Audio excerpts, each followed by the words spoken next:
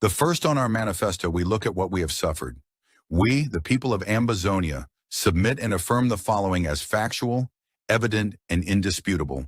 For the real assent of all peoples, all countries, and all associations and organizations of men and women, being the acts of occupation, subjugation, domination, and oppression by which La République du Cameroun has sought to annihilate the identity, values, prosperity, and existence of the Ambazonian people. By which La République du Cameroun has deprived the Ambazonian people of liberty, life, prosperity, and happiness, and which no people can forever accept to be so subjected. Any people so subjected have a duty in the order of nature to themselves and to humanity to throw off such yoke, and to claim for themselves the blessings of the divine and the right of all people to freely determine their legal, political, economic, social, cultural, and educational future. Let the charge now be presented. Our first charge is on occupation, tyranny, and usurpations by La République du Cameroun. First, that in matters of political status, point 1, with the intent of annexing and illegally occupying the erstwhile Class B mandated United Nations Trust territory of the Southern Cameroons, under British administration now Ambazonia, La République du Cameroun conspired with other France-Afrique countries except Mali, and they jointly voted against UN General Assembly Resolution 1608 of 21st April, 1961 that set October 1st, 1961 as the day of the independence of the territory.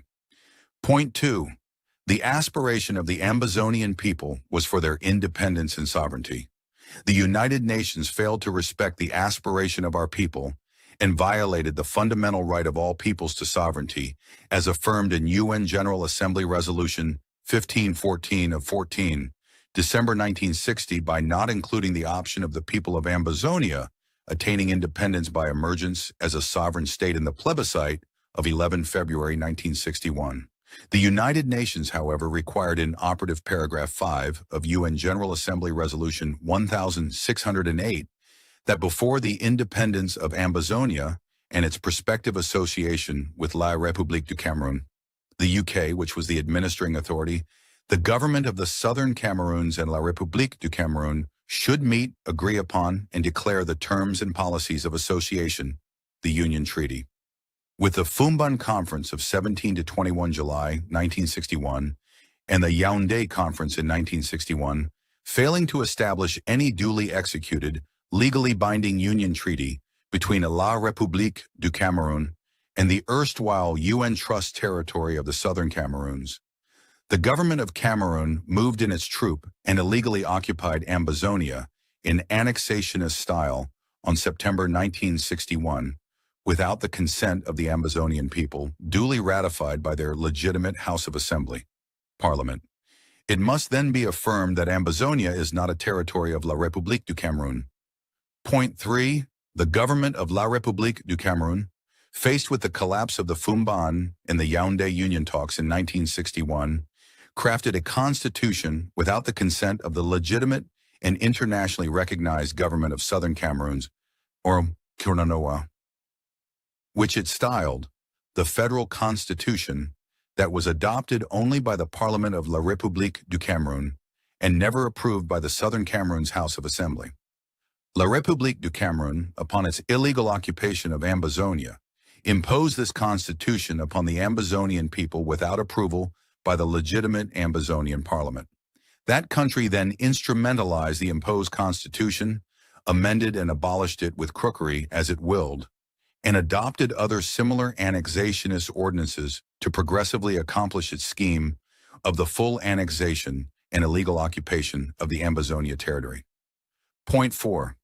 In the aforementioned federal constitution, the French-speaking La République du Cameroun made clear its intention to subordinate and dominate the English-speaking people of Ambazonia by stating in its Article 51, the present provisions by which the Constitution of the Republic adopted on 21st February 1960 by the Cameroonian people is revised, shall enter into force on 1st October 1961. The revised Constitution shall be published in French and English, the French text being authentic, emphasis added. Point 5. In the body polity, and in the continuous pursuit of its injurious acts, La République du Cameroun has denied the people of Ambazonia the right to determine their own political life, orchestrating a dubious referendum in 1972, by which it violated its own Article 47 of the 1961 Federal Constitution that it had imposed on the Ambazonian people without their consent, and by it, abolished even the unacceptable meager existence of Ambazonia in a state of their own, and thus fully completing its act of occupation and annexation of Ambazonia. Point 6. After Ambazonians had elected their own prime minister and legislators, and La République du Cameroun, being unsatisfied with their choices, opposed them with firmness, dismissed them from office, dismantled the institutions of democracy within which they functioned, and imposed its own hither swamps of appointees to lord it over the elected officials, and impose La République du Cameroun's will on Ambazonians, a total invasion and violation of Ambazonian traditional democratic values. Point 7. To pursue and maintain its system of tyranny, La République du Cameroun has imposed a number of unelected men and women as presidentially appointed senators over the Ambazonian people, and has, through these classes of crumbs, eaters, and enablers of modern colonialism, imposed its legislative will over the Ambazonian people in contravention of democracy. Point 8. In the continuous pursuit of its system of impositions and anarchy, La République du Cameroun has erected a multitude of officers, at the top of which is a class of imposed governors, senior divisional officers, and other officers as territorial administrators, and sent hither swamps of kleptocrats and kakistocrats to rule over Ambazonians in every area of their society without their consent. And these imposed officers have perpetually harassed Ambazonians, seized their lands, sealed their shops at will, ordered them to vacate their villages, extorted money from the people, and ordered their illegal arrests and detention, torture and killings to the delight of La République du Cameroun government. Point 9. The people of Ambazonia have rejected governance under La République du Cameroun and delegitimized the authority of La République du Cameroun over them in multiple ways, including, but not limited to, observing ghost towns for years against the dictates of the La République du Cameroun government, and in a supreme great majority refusing to participate in any elections organized by the La République du Cameroun government. La République du Cameroun, finding itself so delegitimized, has selected a few traitors and faked and frauded public participation in their elections, all in an effort to deceive the world that the Ambazonian people are possessed of the Cameroun government representing them. Conscious and guilty that it has been rejected by the Ambazonian people, it has refused to consent to the challenge of a free and fair referendum on the singular question of whether the Ambazonian people want to be sovereign in a country of their own or not. In this wise has the La République du Cameroun continued to impose itself on the Ambazonian people by force, and without the free and conscious consent of the people of Ambazonia. Point 10. Having chased a great population of Ambazonia out of their homeland with hardship, arson, looting, and persecutions, La République du Cameroun, government and obstruction of the laws of nature, has refused to the Ambazonian people the rights of nationality in Ambazonia, and denied them rights of assuming citizenship in any foreign land except their own, and has passed laws claiming the lands of the Ambazonian people to itself. Point 11. La République du Cameroun has dehumanized Ambazonians as aliens, both in La République du Cameroun's corridors and offices of employment and power, and in the Ambazonia territory, ascribing to Ambazonians names such as rats, dogs, 2 cubes of sugar, Biafrians, and Anglo-fools, in the continuous debasement and humiliation of the humanity and integrity of the Ambazonian people, and has by such dehumanization laid the foundation of genocidal acts that it has executed on the Ambazonian people for over 63 years with impunity. Point 12.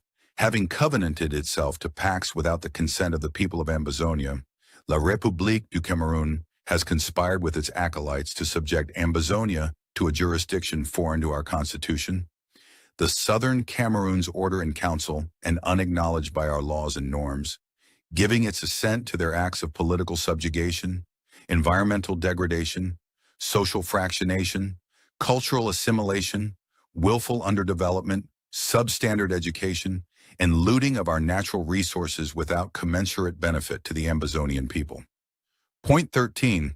Having denied our right as a people to self-governance at any level of the body politic, La République du Cameroun has used its populist representation to impose taxes on Ambazonians without their distinct consent as a people, diverted to itself the huge benefits of such taxes while leaving Ambazonia to the crumbs in development funding.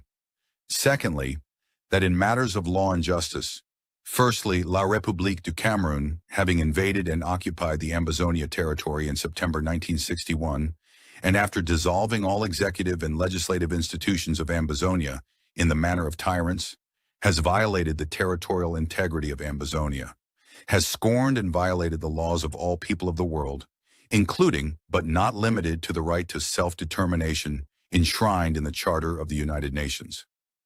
United Nations General Assembly Resolution 1514 of 14, December 1960, that affirms the right of all people to their sovereignty. The United Nations Declaration of Human Rights, Article 15, which stipulates the Ambazonians' right to found a nation, and name a nation, and UN General Assembly Resolution 26/25 of 24 October 1970, that further affirms the right of the Ambazonian people to establish their sovereign and independent state as a mode of expression of their right of self-determination. By its illegal occupation of Ambazonia in 1961, despite democratic protests and legal actions, and declaration of war on the people of Ambazonia on November 30th, 2017, against the aspirations of the Ambazonian people to their sovereignty, La République du Cameroun has proven itself an aggressor, and has by this forceful occupation enforced her presence by ruthless, continuous massacres of thousands of the Ambazonian people, and the razing of tens of thousands of their homes and hundreds of their towns and villages, thus displacing millions of our people who are currently scattered all over the world and depriving thousands of children of their right to education. Point 2. La République du Cameroun has refused assent to laws most necessary for the public good, opting for endemic and pandemic corruption and underdevelopment, depriving the Ambazonian people of justice in the benefits of their natural resources from their national territory, and imposing a colonial legal system that declares Ambazonians guilty without merit of fair trial, detains them incommunicado for months without end and without trial, and carry out disappearances of their persons. Point 3. La République du Cameroun has forbidden the Ambazonian people from enacting for themselves ordinances, whether local or otherwise, by which life, order, safety, health, and justice shall be guaranteed in Ambazonian communities. Counterfeits of such ordinances, which do not prioritize our identity, self-determination, aspirations, and welfare, are crafted and enacted in the La République du Cameroun Majority Parliament and imposed in every stratum of the Ambazonian society for the power and monetary interest of the La République du Cameroun government and its people east of the Mungo River, and to the detriment of the Ambazonian people. Point 4. La République du Cameroun has summoned the legislative bodies at distant places, reserved in Yaoundé, uncomfortable and unsafe to the Ambazonian people, for the sole purpose of perpetually isolating them from the environment of their own people and threatening them into compliance with the whims, caprices, and dictates of La République du Cameroun in the enactment of laws. Point 5. La République du Cameroun, having taken all measures to systematically eliminate the common law heritage of the Ambazonian people historically rendered compatible with the customs and traditions that define the unified identity of Ambazonians, has deliberately obstructed the administration of justice by imposing in Ambazonia, French La République du Cameroun, judges who are subjected to the powers of ministerial, executive authoritarianism and tyranny. These swam of impostors have demanded that the Ambazonian people only address them in the French language, which the people are not conversant with.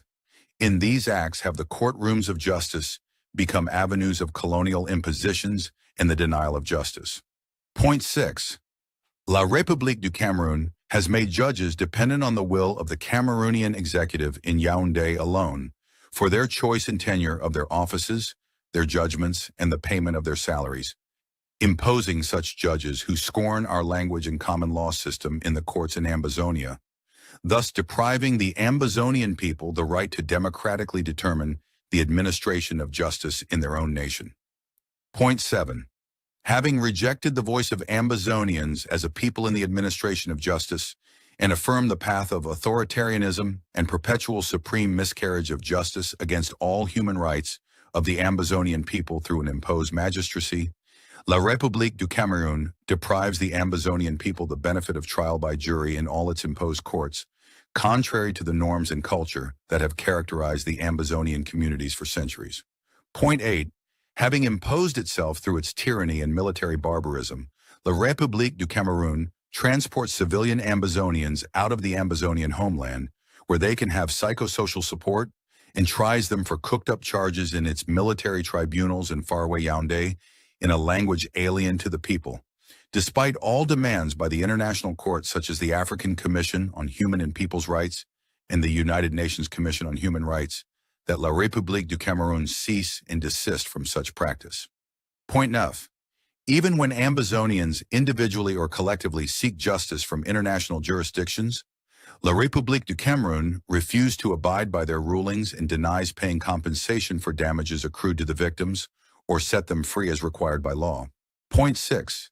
Despite taking taxes from the Ambazonian people and looting the resources of Ambazonia to enrich herself, La République du Cameroun has willfully and persistently denied the Ambazonian people commensurate access to many key public service jobs in various ministries and top ministerial positions in particular ministries, reserving them only to its Francophone citizens. Point 7. Having invaded and illegally occupied the Ambazonia territory, La République du Cameroun has imposed itself and hijacked, seized and cut off Ambazonian direct trade with all parts of the world, and even drastically reduced communication and trade between different parts of Ambazonia, except for small windows open to neighboring French Cameroun towns. Point 8. Having found that the Marketing Board of Ambazonian farmers had reserved savings of over 2 billion francs CFA, about $3.7 million US dollars, for the benefit of Ambazonian farmers in times of financial crises, the La République du Cameroun government forcefully shut down the Marketing Board and looted the reserved account, sending uncountable Ambazonian farmers into poverty and misery. Point 9. La République du Cameroun has prohibited the Ambazonian people from selling their goods directly to foreign buyers and even to neighbors like Nigeria. It has stopped international traders from coming into Ambazonian territory to purchase goods, and has refused to grant licenses to most Ambazonians seeking to engage directly in international trade, demanding of them to operate under a licensed Francophone citizen of La République du Cameroun. Point 10. La République du Cameroun. Government officials have also facilitated illicit deals and contracts which allows foreign companies and individual businessmen unfettered access to Ambazonian natural and human resources at giveaway prices, while they take away a percentage of the deals. Most of these companies that find their way into Ambazonia are compelled to employ French Cameroun citizens to key positions in the companies without a similar deal established for a fair deal for the indigenous Ambazonians who are left to fend for themselves. The next is in matters of education, social and cultural life. Point 1. La République du Cameroun has imposed consciously its teachers and its curriculum in our classrooms, with such a curriculum failing to make the Ambazonian people assert themselves and harness appropriate skills to think critically and address their problems.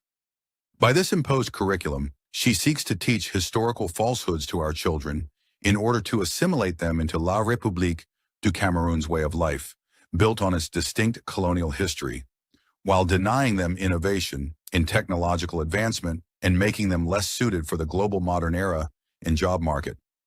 Whenever Ambazonian parents, students, and teachers alike have risen in protest, La République du Cameroun has repeatedly suppressed them and tortured, detained, and killed thousands of Ambazonians repeatedly for decades to maintain its design of unteaching the Ambazonian people.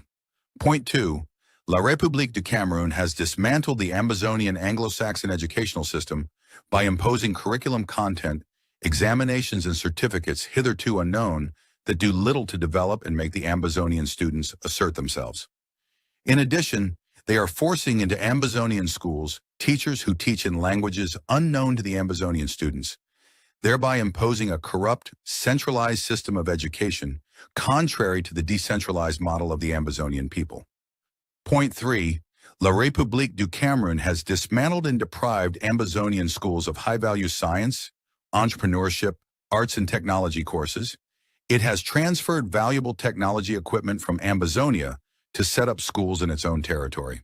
Where Ambazonians have fought to have public schools set up for them, they have existed without sufficient trained teachers and didactic materials such as laboratory equipment, classrooms and benches, and fully equipped technical workshops. Point 4. Every request and effort of the Ambazonian people to foster and improve education in Ambazonia has been either denied or achieved after La République du Cameroun has tortured, dismembered, and murdered the Ambazonian people for daring to request the creation or attempting to set up schools in the Ambazonia territory. Point 5. La République du Cameroun has desecrated our customs, traditions, and cultural values, abolished the House of Chiefs as a legislative national institution and guardian of our customs and values, reduced our chiefs to auxiliaries of their imposed administrators, keeps demanding from them the worship of La République du Cameroun's unelected officers, while arrogating to herself the powers to depose the chiefs whenever she wishes, and impose in our chiefdoms and villages other traditional rulers loyal to them in contravention to our customs and cultures. Next is in matters of health and environment. Point 1. La République du Cameroun has refused to provide to the Ambazonian people a modern healthcare system deserving of a land as ours, which is so rich in natural resources and human potentials, and has suffered the Ambazonian people to perish perennially due to sicknesses for decades without health coverage and unable to afford healthcare. Point 2.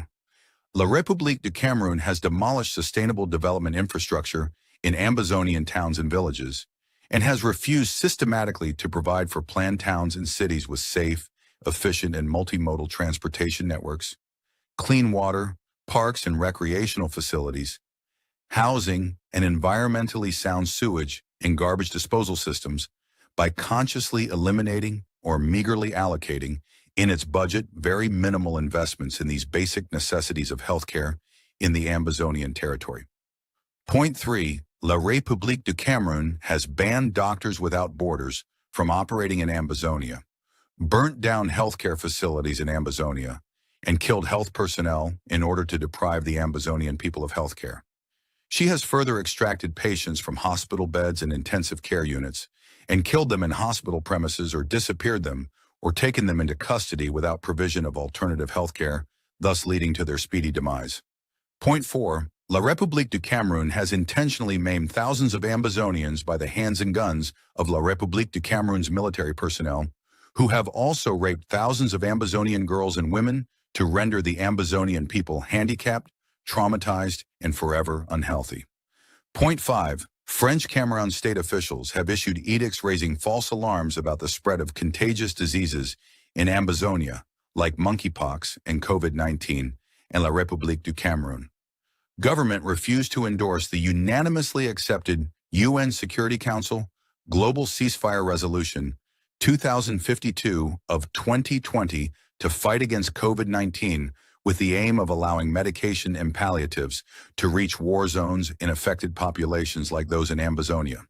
Point 6. La République du Cameroun has engaged in the vast unsustainable deforestation of Ambazonia lands without equitable afforestation in the Ambazonia nation, and systematically engaged in the intensive depletion of our natural resources without commensurate investments in the development of our communities. Next is in matters of peace and stability. Point 1.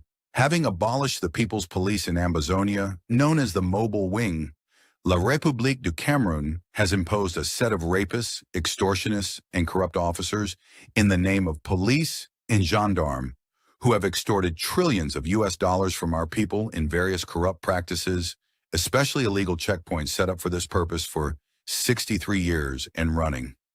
These barbarians daily harass the Ambazonian people on their streets and in their homes and extort money from them, while refusing to quickly intervene when the Ambazonian people are in need of safety and protection. On the contrary, they are rather too quick in turning their guns and batons against Ambazonians in their homes and streets, thus violating their rights in the safety of their homes and freedom of movement. Point 2. To maintain its illegal occupation and dominion over Ambazonia, La République du Cameroun has kept among the Ambazonian people standing armies by which it invaded our homeland and society. These killers in uniform have glorified themselves in the razing of hundreds of Ambazonian towns and villages, and in the raping, torture, abduction, maiming, and conscienceless killing of thousands of Ambazonians to the delight of La République du Cameroun government, and without consequences to themselves. Point 3. La République du Cameroun has rendered its military independent and superior to the civilian will and power of the Ambazonian people, and in this way, it lauds all acts of impunity and dehumanization of the Ambazonian people committed by their military, who largely go unpunished. Point 5. Having declared war on the Ambazonian people, La République du Cameroun has located large bodies of troops in Ambazonia and charged them to massacre the people of Ambazonia, loot their property, and burn down entire rural and urban areas. A mission they have carried out with utmost barbarism, aggression, intensity, and scale without reproach until date. Point 6. For more than half a century of the occupation of Ambazonia and the brutal killings of Ambazonians and looting of the properties of the Ambazonian people, La République du Cameroun has protected her murderers and scorched earth machine in Ambazonia by never prosecuting and punishing them for their abominable acts. Point 7. The people of Ambazonia have multiple times sought solutions to these abuses and usurpations, have severally approached the government of La République du Cameroun for peaceful negotiations and a permanent solution to these evils. But La République du Cameroun has responded with silence and rejection, and more state-sponsored brutality, terrorism, enforced disappearances, imprisonment, massacres, trickery, manipulation of national and international public opinion, imposed window-dressing solutions, and/or political gimmicks aimed at covering up their atrocities. That in matters of fundamental human rights, next, on the right to life. Point 1. La République du Cameroun, for decades, has unleashed its military without reservation, and these soldiers acting like barbarians in uniforms have relentlessly killed tens of thousands of Ambazonians in peaceful demonstrations, etc., including using helicopter gunships and sniffer guns, firing indiscriminately on crowds of Ambazonian nationals, cordoned off villages and massacred thousands of Ambazonians, including young men, women, and children. Point 2. La République du Cameroun exacts a policy of scorched earth in Ambazonian towns and villages, whereby its military consistently, for multiple years, invade towns and villages in Ambazonia, beat and shoot indiscriminately at civilians, and burn down thousands of Ambazonian homes and citizens. Point 3. La République du Cameroun engages in countless extrajudicial killings of Ambazonians, executes Ambazonian babies, cripples, mad people, and the elderly in and outside of their houses, murders Ambazonian youths as they attempt to flee from La République du Cameroun military forces, and burns down continuously elderly Ambazonian women and men in their homes. Next, on freedom from torture and other inhumane and degrading treatment. Point 1. For decades, La République du Cameroun has targeted and seized Ambazonian nationals of all gender and ages, including babies, tortured them, held some incommunicado for months, and many have died under torture and inhumane detention conditions. Point 2. For more than half a century, La République du Cameroun military, gendarmes and police forces target and invade houses and neighborhoods in Ambazonia, harshly and brutally beat Ambazonian civilians, shoot indiscriminately into crowds and settlements, attack unarmed demonstrators, bystanders, and other civilians, and perpetrators of these atrocities have never been held accountable for these acts by their government. Next is, on liberty and security of person. Point 1. La République du Cameroun. Security forces systematically targeted and chased Ambazonians even into IDP camps, refugee camps, and health centers, where they seek medical care for life-threatening wounds and torture inflicted on them by the La République du Cameroun, police, gendarmes, and soldiers. Drag them off medical beds to streets where they beat and kill the sick, minor, and mentally disabled Ambazonians, all because they seek freedom of expression, hold contrary political opinions, and assemble and call for their rights to be respected. Point 2. Point 2. La République du Cameroun seize Ambazonians en masse, beat and keep them in detention centers for months and years. Thousands remain unaccounted for. Family members and friends are unaware of their whereabouts. Point 3. La République du Cameroun seizes prominent figures in Ambazonia simply because they call for nonviolent protest actions, hold them in incommunicado detention, tie them up with many other Ambazonians in detention camps, blindfold and torture them, and allow the wounded to die without proper medical care. Point 4. La République du Cameroun kidnaps Ambazonian refugees in foreign countries like Nigeria and rendition them to Cameroon, where they are held incommunicado for months, tortured, detained for long extended periods, tried in military courts, and given outrageous sentences and disproportionate imprisonment terms. Even when a full bench of the UN Human Rights Commission passes judgment for their release and other human rights organizations call for their release, La République du Cameroun does not budge. Point 4. La République du Cameroun blocks journalists, diplomats, humanitarian and NGOs from having unfiltered access to prisoners and other victims of their genocide in Ambazonia in order to give them critical assistance. Point 5. La République du Cameroun refused to pay pension allowances and salaries to people they claim are separatists and blocks their bank accounts, making it difficult for them to survive as she continues the genocidal war without heeding the calls for international mediation. On the other hand, unfortunately, La République du Cameroun continues to exact monthly curtailments of money from her workers and businessmen as their contributions for the war effort aimed at committing genocide in Ambazonia. Next on freedom of movement. Point 1. La République du Cameroun. Authorities randomly shuts down Ambazonia's regional and sea borders to dictate the movements of the Ambazonian people into and out of their homeland, and ban movements from one place in Ambazonia to another. And in many cases, they stop Ambazonians at will from leaving their homes. Point 2. For years running, more than 500,000 Ambazonians live in the bushes under deplorable shelter, health, and nutrition conditions, hiding in the forest or in foreign lands as refugees, all fleeing from tyranny and impunity exacted on the Ambazonian people by La République du Cameroun government. They cannot move freely or get back to their country of birth. Sad stories of people removed from airplanes and disappeared or sent to jail, and others removed from buses and taxis and shot, remain a nightmare and very traumatizing to Ambazonians. Next on freedom of expression. Point 1.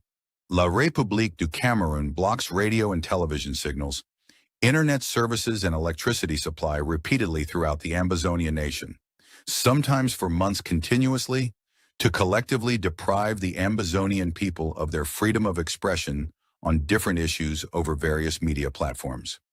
Point 2. In multiple decades, La République du Cameroun, police, gendarmes, and other government agents seize, detain, physically attack, molest, and intimidate Ambazonian journalists, critics, activists, teachers, and lawyers for the practice of their professions. Point 3. La République du Cameroun, authorities arrest and disappear journalists and shut down at will. Media institutions in Ambazonia for speaking or publishing on human rights and other violations by La République du Cameroun in an attempt to cover up genocide perpetrators and cover up their atrocities. Next, on equality and non-discrimination. Point 1. La République du Cameroun citizens treat the Ambazonian people as inferior beings, dominating Ambazonians and exploiting their land with impunity. This is manifested in multiple ways, including, but not limited to, the fact that government investments in education, healthcare, roads, industry, and even electricity generation is centered in easterly La République du Cameroun, while the westerly Ambazonia is left to destitution. Point 2. La République du Cameroun authorities deploy non-English-speaking Francophone magistrates into Anglophone Ambazonia, who constantly violate the rights of the Ambazonian nationals to use the English language which they understand in legal proceedings. Point 3. La République du Cameroun authorities impose Francophone teachers who do not speak or understand English into Anglophone Ambazonia schools, thus interfering with the rights of Ambazonian children to learn in their own language. Point 4. In the train of systemic discrimination, La République du Cameroun continuously denies senior top jobs in the civil service to most Ambazonian people and makes it impossible for them to have command positions in the army and run revenue collection points without supervision by French Cameroon subordinates. Next, on committing genocide on Ambazonians. Note, the crime of genocide is not about the number of persons killed, but the intent to destroy a protected group of people. Point 1. La République du Cameroun engages in its random barbaric massacres in the Ambazonia territory. Her forces target the Ambazonian people, leaving out La République du Cameroun, citizens resident in Ambazonia, often using names of individuals, embedded spies, and distinctive accent and eloquence in the French language as indicators of distinction between Ambazonians and their French Cameroonian counterparts. And having singled out Ambazonian nationals, they beat and maim or kill them mercilessly. Point 2. To ensure her occupation of Ambazonia, La République du Cameroun government systematically seizes, tortures, and kills Ambazonians in their own Ambazonian territory in order to strike fear, intimidate, coerce, and force the Ambazonian people into submission to its rule. Point 3. To weaken the ability of the Ambazonian people to resist the occupation of Ambazonia by La République du Cameroun and the continuous human rights abuses against the Ambazonian people, La République du Cameroun targets Ambazonian male youths, including unarmed civilians, and kills them randomly on the streets of Ambazonia. Point 4. For decades, in a continuous stream of criminality and cultural annihilation, despite multiple requirements from international human rights courts to halt the practice, La République du Cameroun government agents continuously seize Ambazonians from their homes and streets in Ambazonia, blindfold them, and forcibly transfer them to various locations outside of Ambazonia into French La République du Cameroun territory, where they have no friends from which they can derive support in overcrowded and poorly kept detention centers. And there La République du Cameroun daily engages in their torture, waterboards, and deprives them of food, water, and light. Multiple reports of rapes by soldiers, some of whom are infected with HIV/AIDS, have been documented. Thousands of tortured Ambazonians have been abandoned to die. Meanwhile, the whereabouts of many others remain unknown. Ambazonians are in a large open prison in their own homeland and are highly traumatized and suppressed to the level that most live in fear and despairing conditions. The genocide in Ambazonia is underreported and remains largely undocumented. The Norwegian Refugee Council ranks the Ambazonia versus the La République du Cameroun genocidal conflict ongoing in Ambazonia as one of the most neglected crises in the world in recent times, which is intolerable. Our resolve.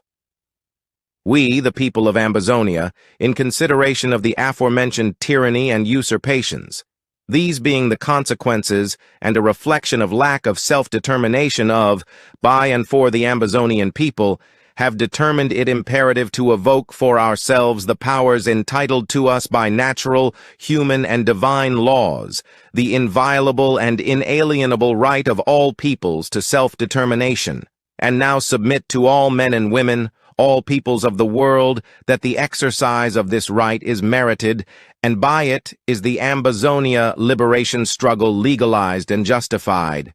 For same and similar reasons, and sometimes for less, have men and women, the peoples of the world down the ages, arisen, fought against such tyranny and usurpations, and established for themselves a sovereign country of their own. To this end have they received the support and favor of other peoples and countries.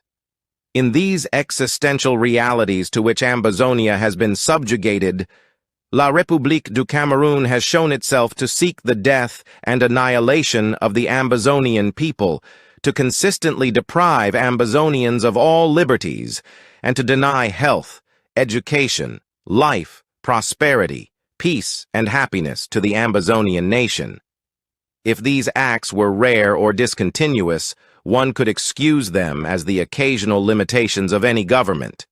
Nay, they are systematic and have been continuous for more than 63 years.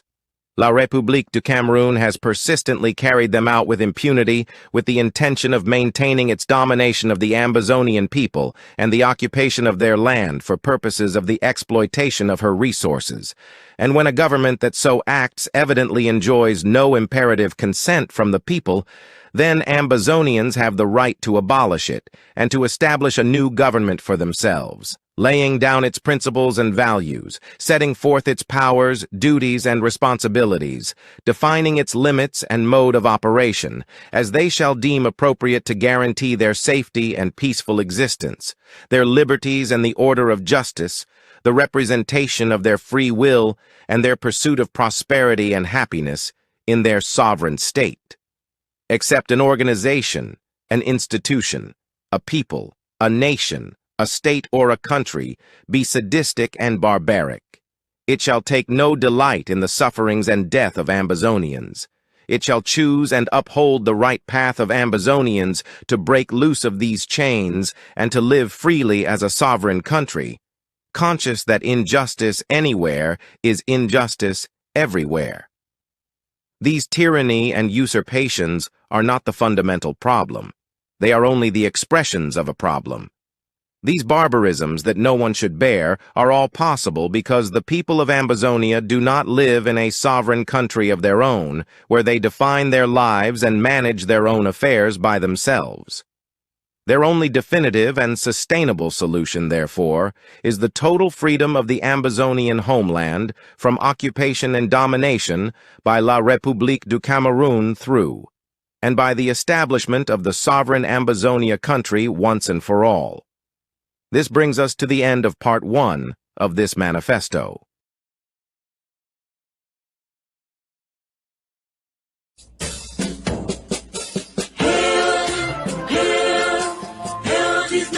Glory, we the Ambazonia, special loyalty. Praise to our Savior who granted us the freedom. Allegiance to the hero who fought along the gather. Glory to glory, we rise and never to fall. Here in a nation, flowing with the glory, glory. Glory, glory to the Father for making you a nation, a joy forevermore. Ambazonia, land of freedom, you shall live in plenty in our need, and your children shall be like the stars above. The Most High God be the watchman of this nation. Ambazonia, land of freedom, you shall live in plenty in our need, and your children shall be like the stars above. The Most High God be the watchman of this nation.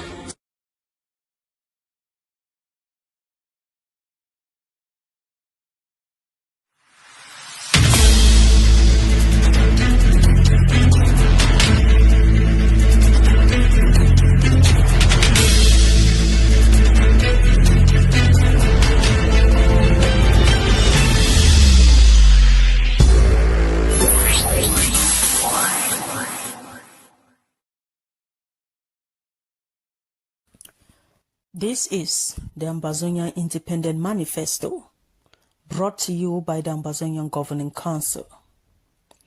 In the annals of human history, the struggle for freedom and self-determination has been a recurring theme, a testament to the indomitable spirit of oppressed peoples yearning to breathe the air of liberty after enduring decades of colonial rule, marginalization, oppression, and denial of their fundamental rights. The journey towards independence and self-determination is often odious and flawed with challenges, but it is a path born out of unwavering desire for freedom, justice, and recognition. The Ambazonian struggle is not different. The struggle for the Ambazonian independence is deeply rooted in over a century of resistance against foreign domination and oppression. The Ambazonian Independent Manifesto, drafted by the Ambazonian Governing Council, articulates the historical and ongoing grievances of the Ambazonian people and lays out a comprehensive vision for their future. This document is a testament to the enduring spirit of the Ambazonian people who have long resisted various forms of colonial rule and oppression, from German colonization in the late 19th century to the present-day occupation by La République du Cameroon. The Ambazonia Independent Manifesto is divided into 3 parts. Part 1, What We Have Suffered. This section details the various forms of oppression and injustices inflicted upon the Ambazonian people by La République du Cameroon. It highlights the illegal occupation, political subjugation, economic exploitation, cultural assimilation, and human rights violations that have been perpetrated against Ambazonians. The historical context provided here underscores the legitimacy of the Ambazonian struggle for independence and self-determination.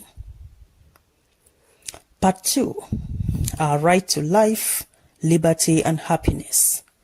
This section asserts the inherent rights of the Ambazonian people to freedom, sovereignty, and self-governance. It invokes international law and resolutions such as the United Nations General Assembly Resolution 1514, which affirms the right of all peoples to self-determination. The declaration emphasizes that the Ambazonian people have a natural and inalienable right to establish their sovereign state free from the occupation and tyranny of La République du Cameroon. Part 3. The final section underlines the founding principles and the vision for an independent Ambazonia. It details the proposed system of governance, which is based on democratic traditionalism, republicanism and distributive federalism, and national unity. The manifesto envisioned a society founded on the pillars of freedom, the rule of law, peace, and the just common good. It also includes a comprehensive charter of rights and freedoms, emphasizing the importance of education, healthcare, justice, and economic prosperity for all citizens. The Ambazonian Independent Manifesto is not merely a declaration of political intent. It is a profound expression of a people's historical experiences, cultural identity, and their unheeding resolve to reclaim their sovereignty. It speaks to the long-standing grievances stemming from colonization, marginalization, oppression, and the denial for their fundamental rights. Through its pages, the voices of the oppressed resonate, demanding acknowledgement and redress. It is a landmark document in this journey, an accumulation of years of peaceful protests, legal battles, the diplomatic efforts that have been met with indifferences, genocide, brutality, and disproportionate violence. It embodies the collective will and aspiration of the people of Ambazonia. The manifesto makes a compelling case for why the international community must recognize and support Ambazonians' quest for independence. It highlights the urgent need for diplomatic initiatives, humanitarian aid, and renewed focus on addressing the ongoing conflict and humanitarian crisis in the region. The Norwegian Refugee Council's recent report, which ranks Ambazonians' crisis as the second most neglected conflict in the world, underscores the dire need for international attention and intervention. The ongoing violence has displaced hundreds of thousands of people, disrupting education, and leads to several human rights abuses. Despite these challenges, the Ambazonian people have demonstrated remarkable resilience and have established self-governance structures in areas under their control. The Ambazonia Independent Manifesto, codenamed Sunlight, is a ray of hope for each Ambazonian, it is written in 3 parts. Part 1 deals with some of the atrocities Ambazonians have suffered in the hands of La République du Cameroon colonial rule. Part 2 exposes our right to a life of liberty or dignity and happiness in the land of our birth. Part 3 highlights the great vision for the best country in the world that we aspire to build. In all, it set forth the principles that guide our struggle, why we fight to be free, what we envisage to gain as a free people, and the strategies we will employ to attain our goals. In addition, it outlines our vision for a free and democratic Ambazonia, where the rights of every person are respected, and where justice, peace and happiness and prosperity reigns. This will not only correct the criminal and genocidal past, but will guarantee each citizen of Ambazonia inalienable individual, collective and community rights. Once you get a copy, you will know better and act right for us to realize this great vision as soon as possible. In presenting this preface, we honor the dedication and bravery of the authors who have given voice to a cause that transcends political boundaries. Their work is a testament to the power of collective action and the enduring quest for the freedom.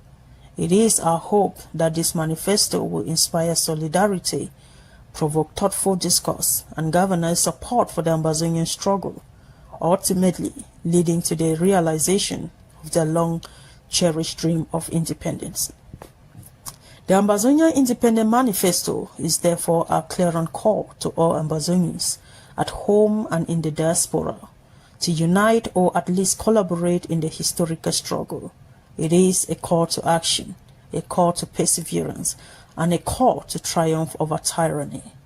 Together we build a future where the children of Ambazonia can live in freedom and dignity, in a land they can proudly call their own. As the Ambazonian struggle enters a new phase, the Ambazonian Independent Manifesto serves as a roadmap for achieving a just and lasting peace. It calls on all stakeholders, including international human rights organizations, peace and conflict resolution experts and donor countries to support the Ambazonian people in their fight for freedom and justice. The manifesto is a powerful reminder that the quest for independence and self-determination is a fundamental human right, and it is a right that the people of Ambazonia are determined to realize. The international community has a moral duty to support the cause, as it aligns with the universal principles of human rights and self-determination enshrined in the international laws. We call upon nations and people of the world to stand with us in solidarity, to recognize our plight, and to support our legitimate aspiration for independence. In the spirit of liberty and justice, we present this manifesto to the world as a beacon of hope, a testament to our unheeding resolve. Let it be known that the flames of freedom burns brighter in the hearts of Ambazonians, and no force can extinguish our quest for independence. With profound respect and admiration, Jose Abang.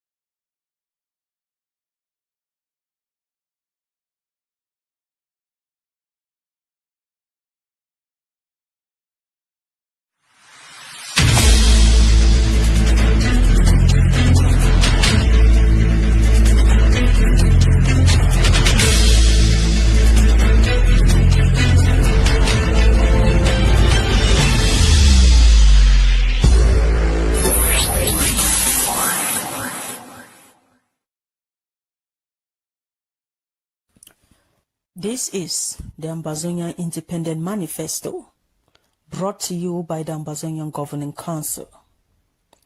In the annals of human history, the struggle for freedom and self-determination has been a recurring theme, a testament to the indomitable spirit of oppressed peoples yearning to breathe the air of liberty after enduring decades of colonial rule, marginalization, oppression, and denial of their fundamental rights. The journey towards independence and self-determination is often arduous and flawed with challenges, but it is a path born out of unwavering desire for freedom, justice, and recognition. The Ambazonian struggle is not different. The struggle for the Ambazonian independence is deeply rooted in over a century of resistance against foreign domination and oppression. The Ambazonian Independent Manifesto, drafted by the Ambazonian Governing Council, articulates the historical and ongoing grievances of the Ambazonian people and lays out a comprehensive vision for their future. This document is a testament to the enduring spirit of the Ambazonian people who have long resisted various forms of colonial rule and oppression, from German colonization in the late 19th century to the present-day occupation by La République du Cameroon. The Ambazonian Independent Manifesto is divided into 3 parts. Part 1, What We Have Suffered. This section details the various forms of oppression and injustices inflicted upon the Ambazonian people by La République du Cameroon. It highlights the illegal occupation, political subjugation, economic exploitation, cultural assimilation, and human rights violations that have been perpetrated against Ambazonians. The historical context provided here underscores the legitimacy of the Ambazonian struggle for independence and self-determination. Part 2, Our Right to Life, Liberty, and Happiness. This section asserts the inherent rights of the Ambazonian people to freedom, sovereignty, and self-governance. It invokes international law and resolutions such as the United Nations General Assembly Resolution 1514, which affirms the right of all peoples to self-determination. The declaration emphasizes that the Ambazonian people have a natural and inalienable right to establish their sovereign state free from the occupation and tyranny of La République du Cameroon. Part 3.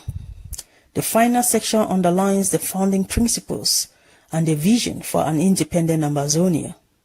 It details the proposed system of governance, which is based on democratic traditionalism, republicanism and distributive federalism, and national unity.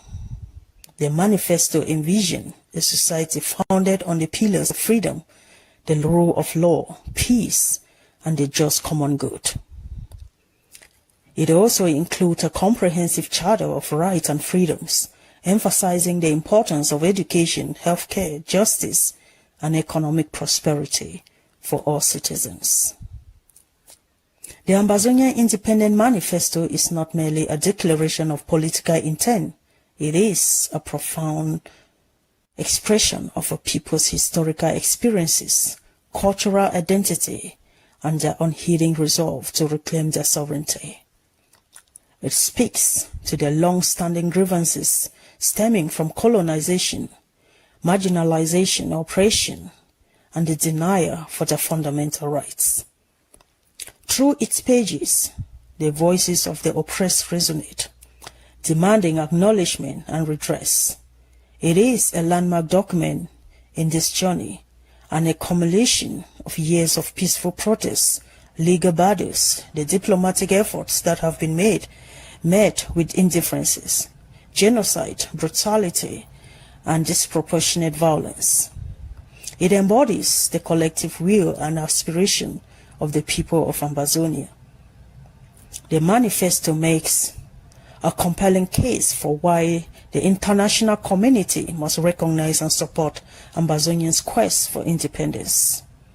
It highlights the urgent need for diplomatic initiatives, humanitarian aid, and renewed focus on addressing the ongoing conflict and humanitarian crisis in the region. The Norwegian Refugee Council's recent report, which ranks Ambazonia's crisis as the second most neglected conflict in the world, underscores the dire need for international attention and intervention. The ongoing violence has displaced hundreds of thousands of people, disrupting education, and leads to several human rights abuses. Despite these challenges, the Ambazonian people have demonstrated remarkable resilience and have established self-governance structures in areas under their control. The Ambazonia Independent Manifesto, codenamed Sunlight, is a ray of hope for each Ambazonian. It is written in 3 parts. Part 1 deals with some of the atrocities Ambazonians have suffered in the hands of La République du Cameroon colonial rule. Part 2 exposes our right to a life of liberty or dignity and happiness in the land of our birth. Part 3 highlights the great vision for the best country in the world that we aspire to build. In all, it set forth the principles that guide our struggle, why we fight to be free, what we envisage to gain as a free people, and the strategies we will employ to attain our goals. In addition, it outlines our vision for a free and democratic Ambazonia, where the rights of every person are respected, and where justice, peace and happiness and prosperity reigns. This will not only correct the criminal and genocidal past, but will guarantee each citizen of Ambazonia inalienable individual, collective and community rights. Once you get a copy, you will know better and act right for us to realize this great vision as soon as possible.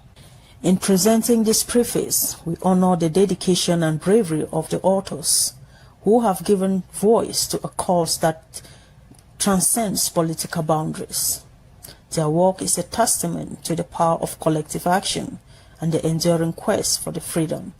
It is our hope that this manifesto will inspire solidarity, provoke thoughtful discourse, and galvanize support for the Ambazonian struggle, ultimately leading to the realization of their long-cherished dream of independence. The Ambazonia Independent Manifesto is therefore a clarion call to all Ambazonians at home and in the diaspora to unite or at least collaborate in the historical struggle. It is a call to action, a call to perseverance, and a call to triumph over tyranny. Together we build a future where the children of Ambazonia can live in freedom and dignity in a land they can proudly call their own.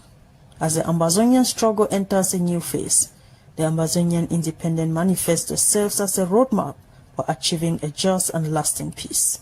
It calls on all stakeholders, including international human rights organizations, peace and conflict resolution experts and donor countries to support the Ambazonian people in their fight for freedom and justice. The manifesto is a powerful reminder that the quest for independence and self-determination is a fundamental human right, and it is a right that the people of Ambazonia are determined to realize.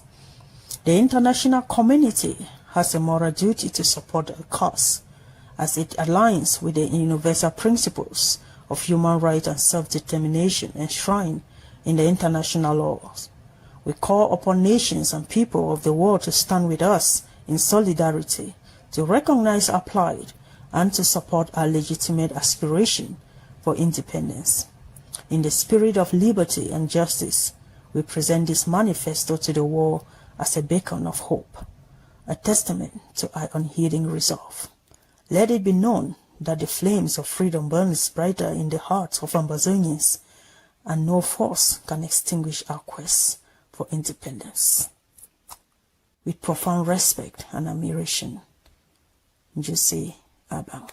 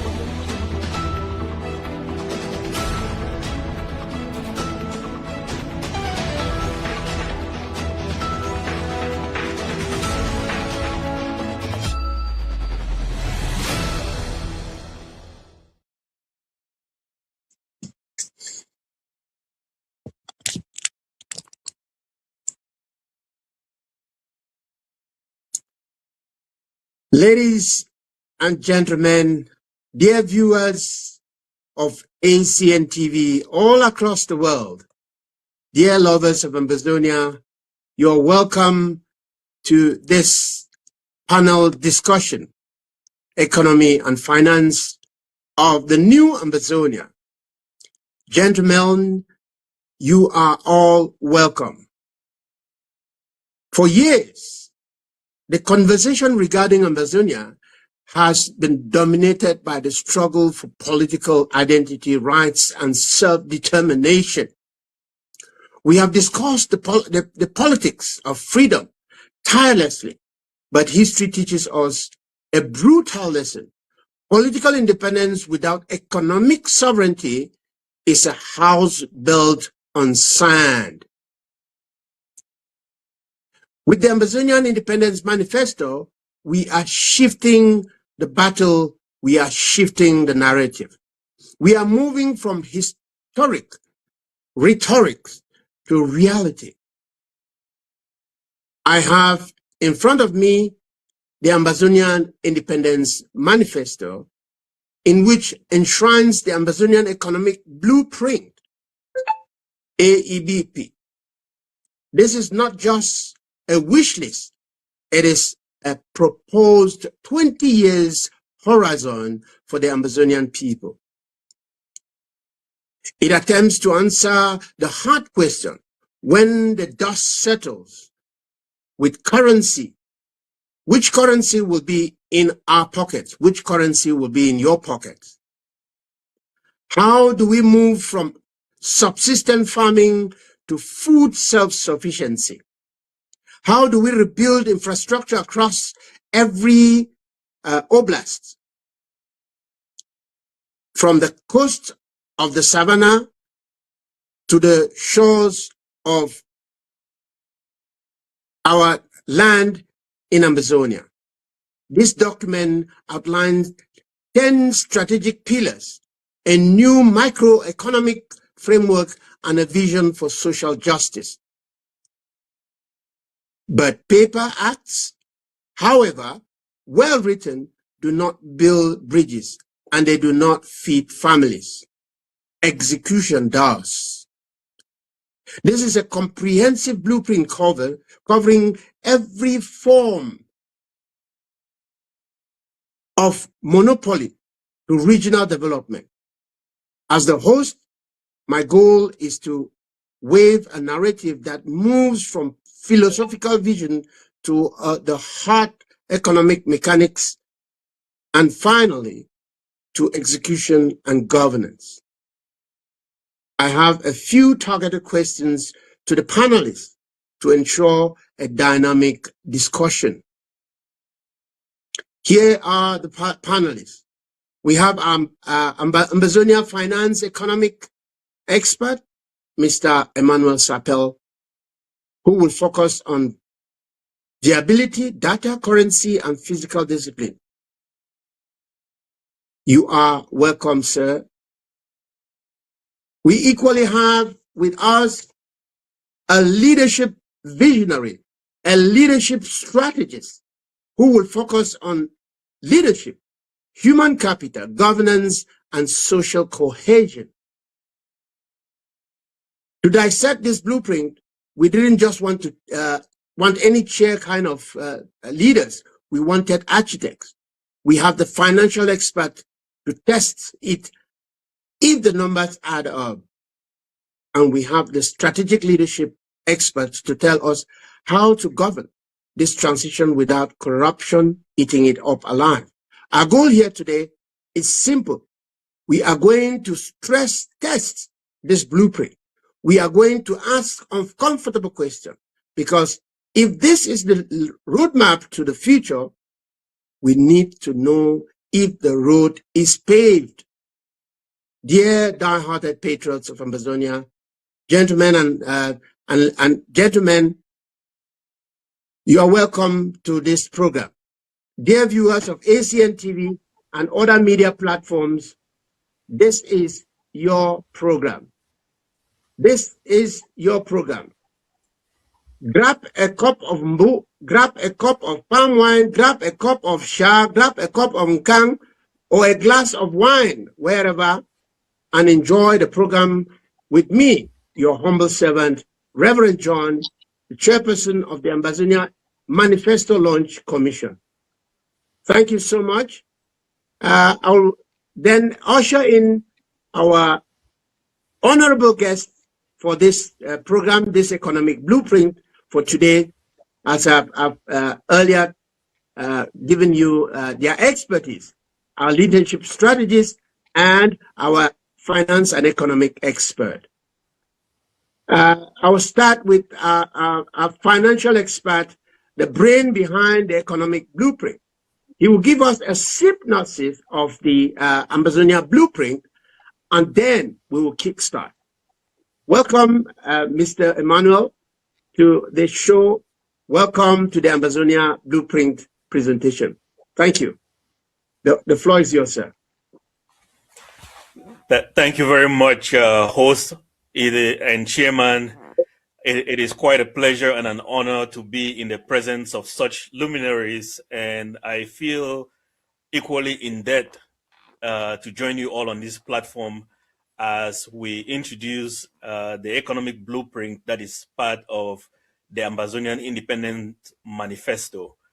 I would like to thank my fellow panelists as well to have used this opportunity to join us to have this conversation, and I'm looking forward to the detailed discussions as we unveil the economic plan that will be part of the Independence Manifesto. And having said that, the manifesto as released and will subsequently be made public, either part of it in whole or in part, it begins with introduction with the philosophy, and then the philosophy that discusses the fact that this manifesto is going to be that the economic plan is going to be very people-centered, that we would focus on an economy that is productive, not extractive.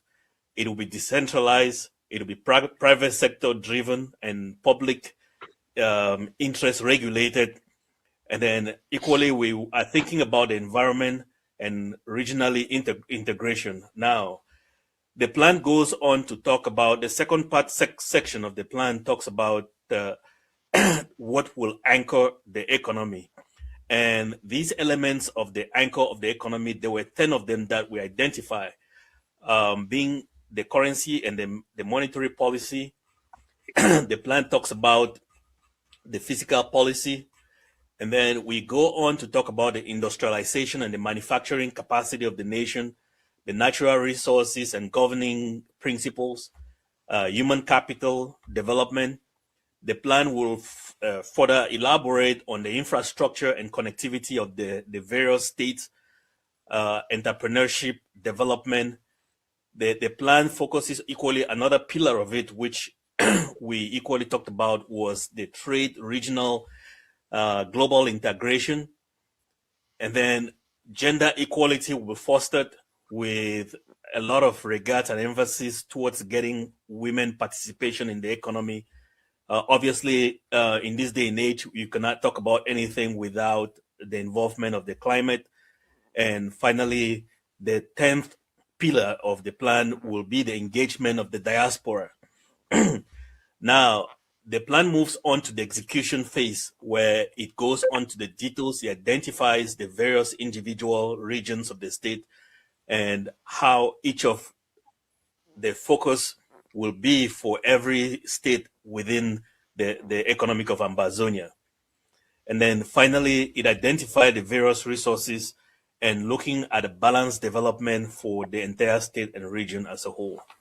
At this point, I will let my co-panelists also chime in before we go into the details. Thank you so much. Thank you so much, Mr. Emmanuel. Thank you for that elaborate synopsis of the blueprint of the economic blueprint of Ambazonia. Before we get into, before I come to you, our strategists, our leadership strategists, let me just clarify the Ambazonian people. Why the manifesto? The manifesto clarifies our vision. You know, the vision of a people, because it shifts our focus from what we have been fighting for, what we've been fighting against, you know, to what we are looking forward to. We are looking forward to a nation, and then it tweaks the narrative from the press, because the press, you know, had this narrative. Oh, we are not united. We will be like South Sudan, and so this manifesto, you know, shifts the focus and tells the press that we are a united people, because this manifesto is a unifying factor. Just like the flag, just like the anthem, it is one of those tools that unify our people. All revolutionary groups, irrespective, they use the flag, they use the anthem. And so this is another tool, the manifesto, that it cuts across, political divides. So it clarifies our vision. And then to the international community, it gives a clear vision to the international community that they should focus on the nation and not on the divides because, you know, international communities and international actors, they focus more on our divide rather than focusing on the nation. And so number two, it unifies all the movements. Like I said, this is a tool. It's a unifying tool. Number three, it spells out the Bill of Rights, the rights of Ambazonian, the rights of each Ambazonian, you know, to have all rights to education, to all the rights that we know. And fourthly, it is an international appeal to the international community that we are ready to govern this nation. And the fifth, the last one, is the legitimization of governance. We are telling the world that we are ready for governance, because this manifesto explains how we are going to govern Ambazonia and all the aspects of governance. That is why we have the economic blueprint. And so we'll be coming to you with other departments that govern the lives of the people of Ambazonia. Back to you, our leadership strategist. The blueprint opens with a core economic philosophy in section 1. That's a question I'm asking you. We often hear about political independence, but economic independence requires a shift in mindset. From the strategic leadership perspective, does this philosophy sufficiently move us away from the current centralized command structure to a truly liberated market economy? And are the people ready for this shift? Over to you, our leadership strategist. Thank you very much, the chairman of the Ambazonian Manifesto Commission, and thank you very much, the chair of the Ambazonia Economic Council. I'm very delighted to be among great people to participate in these discussions for today. Chairman, our history itself, the history of the Ambazonian people, is a testament of what Ambazonia is going to be. The culture we inherited, the foundation of who we are. It's a testament to what the Ambazonian people should expect. Between 1954, when our forefathers left the Eastern House, to 1961, in a period of 7 years, the development in Ambazonia was 3-4 times that of La République du Cameroon. Within 7 years, when our forefathers left the Eastern House and set up self-governance structure in Ambazonia, within 7 years. The development within the Ambazonian society was 2 times, 3 times, 4 times more than the development in La République du Cameroon. So this is the history we inherited. This is a foundation we inherited. A foundation of visionary people. A foundation of people that work based on structures, based on research, based on plans. We're a culture of hard-working people. We are not a dependent culture. We've never begged for food. So we have everything it takes. La République has destroyed our society, destroyed our institutions. But what they did not destroy is the spirit of the Ambazonian people. What they didn't destroy is our capacity, our human, our intellectual, our moral capacity, our capacity to create, to reinvent that La République did not destroy. And as long as we have these capacities, there is nothing else Ambazonians cannot create, cannot have, cannot be, cannot do. We, the Ambazonian people, with the Ambazonian Independence Manifesto, with the economic blueprint that is now being presented to us, we have everything it takes to develop more than Singapore.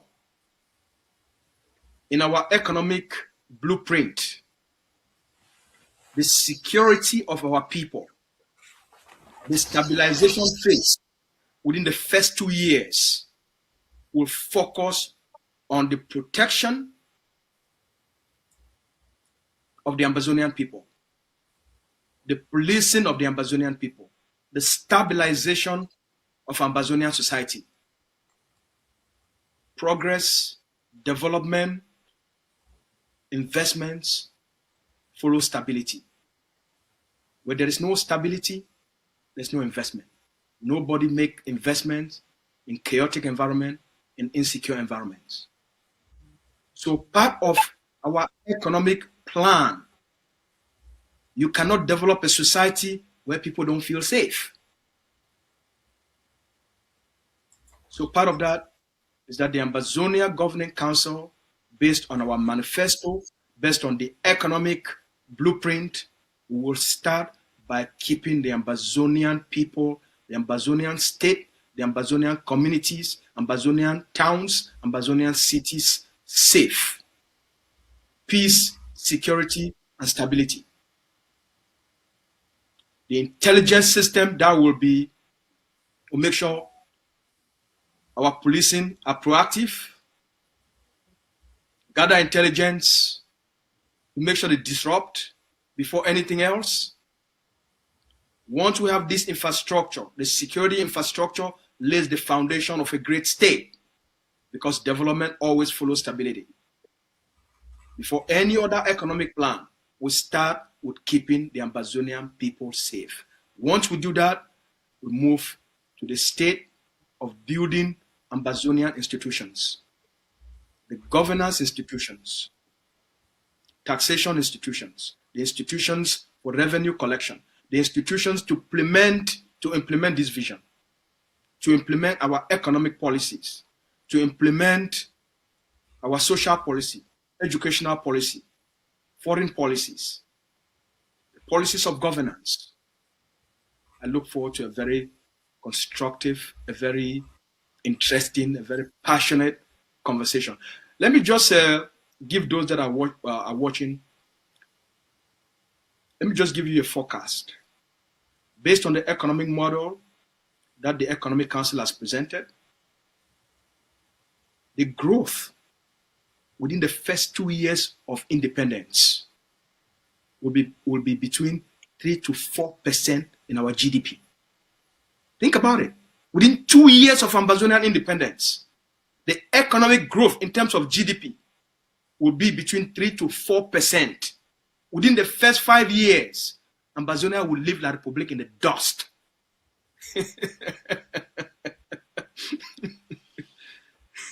Over to you, Chairman. That is excellent. That is excellent. Our financial and economic experts, do you confirm that economic independence requires a shift of mindset? If yes, the question is, are our people ready? Because if we look at the mind shift in Burkina Faso, it is that mind shift that gave, the people, when you look at what is happening in Burkina Faso, the people have, their minds have shifted. In your own view, our economic expert, Mr. Manuel, what are we ready? Ambazonians ready? Thank you, Mr. Chairman. In fact, the answer to that question is a yes. Yes, in that we have a history that we've done this before, and Ambazonia can do it again. It requires some of the strategy that has been laid down in this economic vision. One of the things that the spokesperson said earlier on was the fact that you cannot operate an economy in an unsecured environment. That the first things that are going to be implemented will be strategies that will call for the security and safety of Ambazonians. The plan that we have in place that the National Economic Council is suggesting or proposes as part of the Independent Manifesto calls for not just the safety, but for rules, the legal framework that is set in place. Ambazonia is fortunate that we already have a legal system that generally works, even though it needs a little bit of further tweaking. The legal framework, the right policies that are put in place, including economic integration within states, the functioning of the state, not just as an individual state, but equally partnerships with various other countries. All of this would create an environment for which the Ambazonian people can adequately function. Now you cannot have a state where the people are equally not well versed in terms of education. So the plan calls for, which is further going to be implemented by the educational team, the educational department. The plan calls for building capacity, the capacity both technical and scientific, and we are talking about facing the digital environment, the digital future that is coming up. So the plan calls for preparing the citizens of Ambazonia as well towards facing that future. The plan, in its full execution, equally calls for the partnership in terms of technologies of the future, bringing it in place, and with that education of Ambazonians and with the right political and legal environment, executing this plan. Now, I would end with this other part of the plan. The government or the state is there to create the right environment for business to function and flourish. Ambazonia will not be able to function in an environment as we've seen the case where La Republique and its overwhelming state security apparatus that has hindered the growth of Ambazonians. So with a new environment, with a new state apparatus creating the right economic platform, this includes maybe building transportation, this includes building educational facilities, health facilities, and all of this, that with the creation of that environment and security environment, then it will then create a pace for Ambazonians that are very highly endowed to begin putting in businesses in place. And that also falls within the foreign strategy of having foreign direct investment into Ambazonia. So we see that Ambazonia will be ready, and as the spokesperson said, ready within the first 5 years to generate an economic growth that surpasses a lot of its peers in the region and internationally. Thank you. Beautiful, beautiful. Well. These are experts. Let's move to section 2 of our blueprint. On section 2, yeah, you have something to add? I wanted to add something to what the chair of the Economic Okay, Council has said. go ahead, Stokes. It's extremely important before we move to section 2. Good. Okay. Remember the reason we are fighting. We're not just fighting to liberate Ambazonia. We're fighting to end the system that has destroyed our people's capacity and what has also destroyed La Republique itself. Yes, sir. And that's leadership.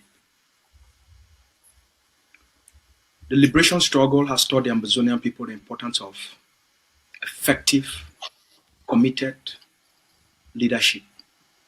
A leadership that responds to the needs, the aspirations, the hopes, the dreams of the people. A leadership that is service-oriented leadership. Leaders wants to govern and are elected based on their character and their commitment to the development of the people. Leaders that are not seeking to be politicians or to take public responsibilities to enrich themselves. So the Ambazonia that we are creating is an Ambazonia where leaders are there to contribute to the development of our people, to the development of the state, to the growth of our people, to improve the quality of their lives, to give them better health, better education system. This is the importance of the Ambazonia Manifesto, the importance of the economic blueprint, the importance of why we're fighting, to purify ourselves, get ourselves to this place where we can become more responsible as a people, not just people that have, we want just freedom. Freedom to do what? We want independence. Independence to do what? You want liberty. Liberty to do what? To live that full life. All the instruments of the state, the responsibility of leadership, of the Ambazonia Governing Council, of the IGK, the coming together of these leaders, the bringing together all Ambazonia movements to create a leadership that is people and service focused and oriented for the development of the Ambazonian people. This is what we are talking about. We can talk about all these economic models, but if at the core of it, the character of the state will be a reflection of the character of the people. So centrally, this is why today we are in a liberation war to cast out these people that are destroying who we are, these puppets, these enablers, and to let the Ambazonian people, the spirit, the creativity, the innovative nature of the Ambazonian people to rise so that we can be able to take these dreams, these visions, these policies, these ideas, and translate them into economic miracle for the development, the prosperity, and the wealth of the Ambazonian people. Thank you very much. Thank you so much. Thank you so much. That's the work of a strategist, economic strategist, political strategist that you are. Let's move into section 2 of our blueprint. Economic expert, economic and financial expert.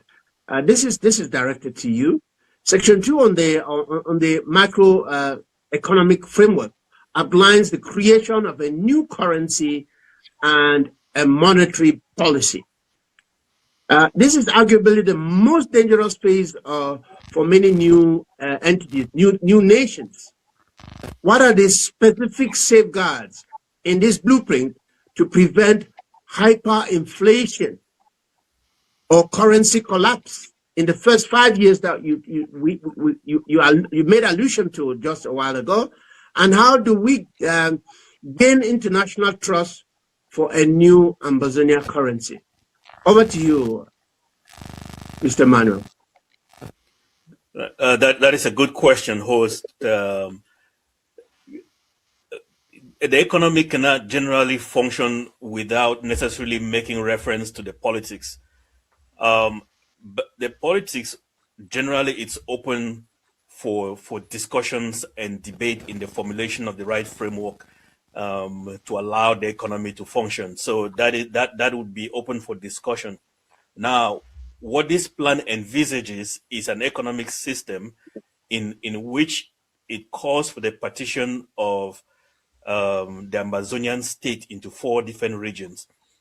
We would recall, for those of you that can remember, Ambazonia used to be under the British, divided into 3 different divisions.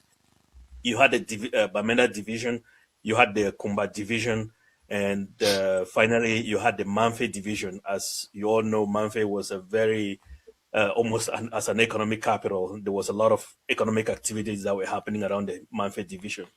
This plan calls for the politics to have conversations around the division of the state into 4 different regions, and that could include the mountain state, the central state, the savannah state, and the Atlantic state. What it also envisages is that when we talk about the Atlantic state, for example, if you look at where the capital is currently located, it is very close to the Atlantic Ocean, very close to an area which is prone to volcanic eruptions. We make the case in the economic plan that there should be like the capital of Nigeria did, the movement from Lagos to Abuja, where it is moved to a different location. That is also to be discussed. But Boya then will become the Silicon Valley of for education, for research, for development, and when I say development, proposals for different research outcome for the implementation of the entire strategy for Ambazonia.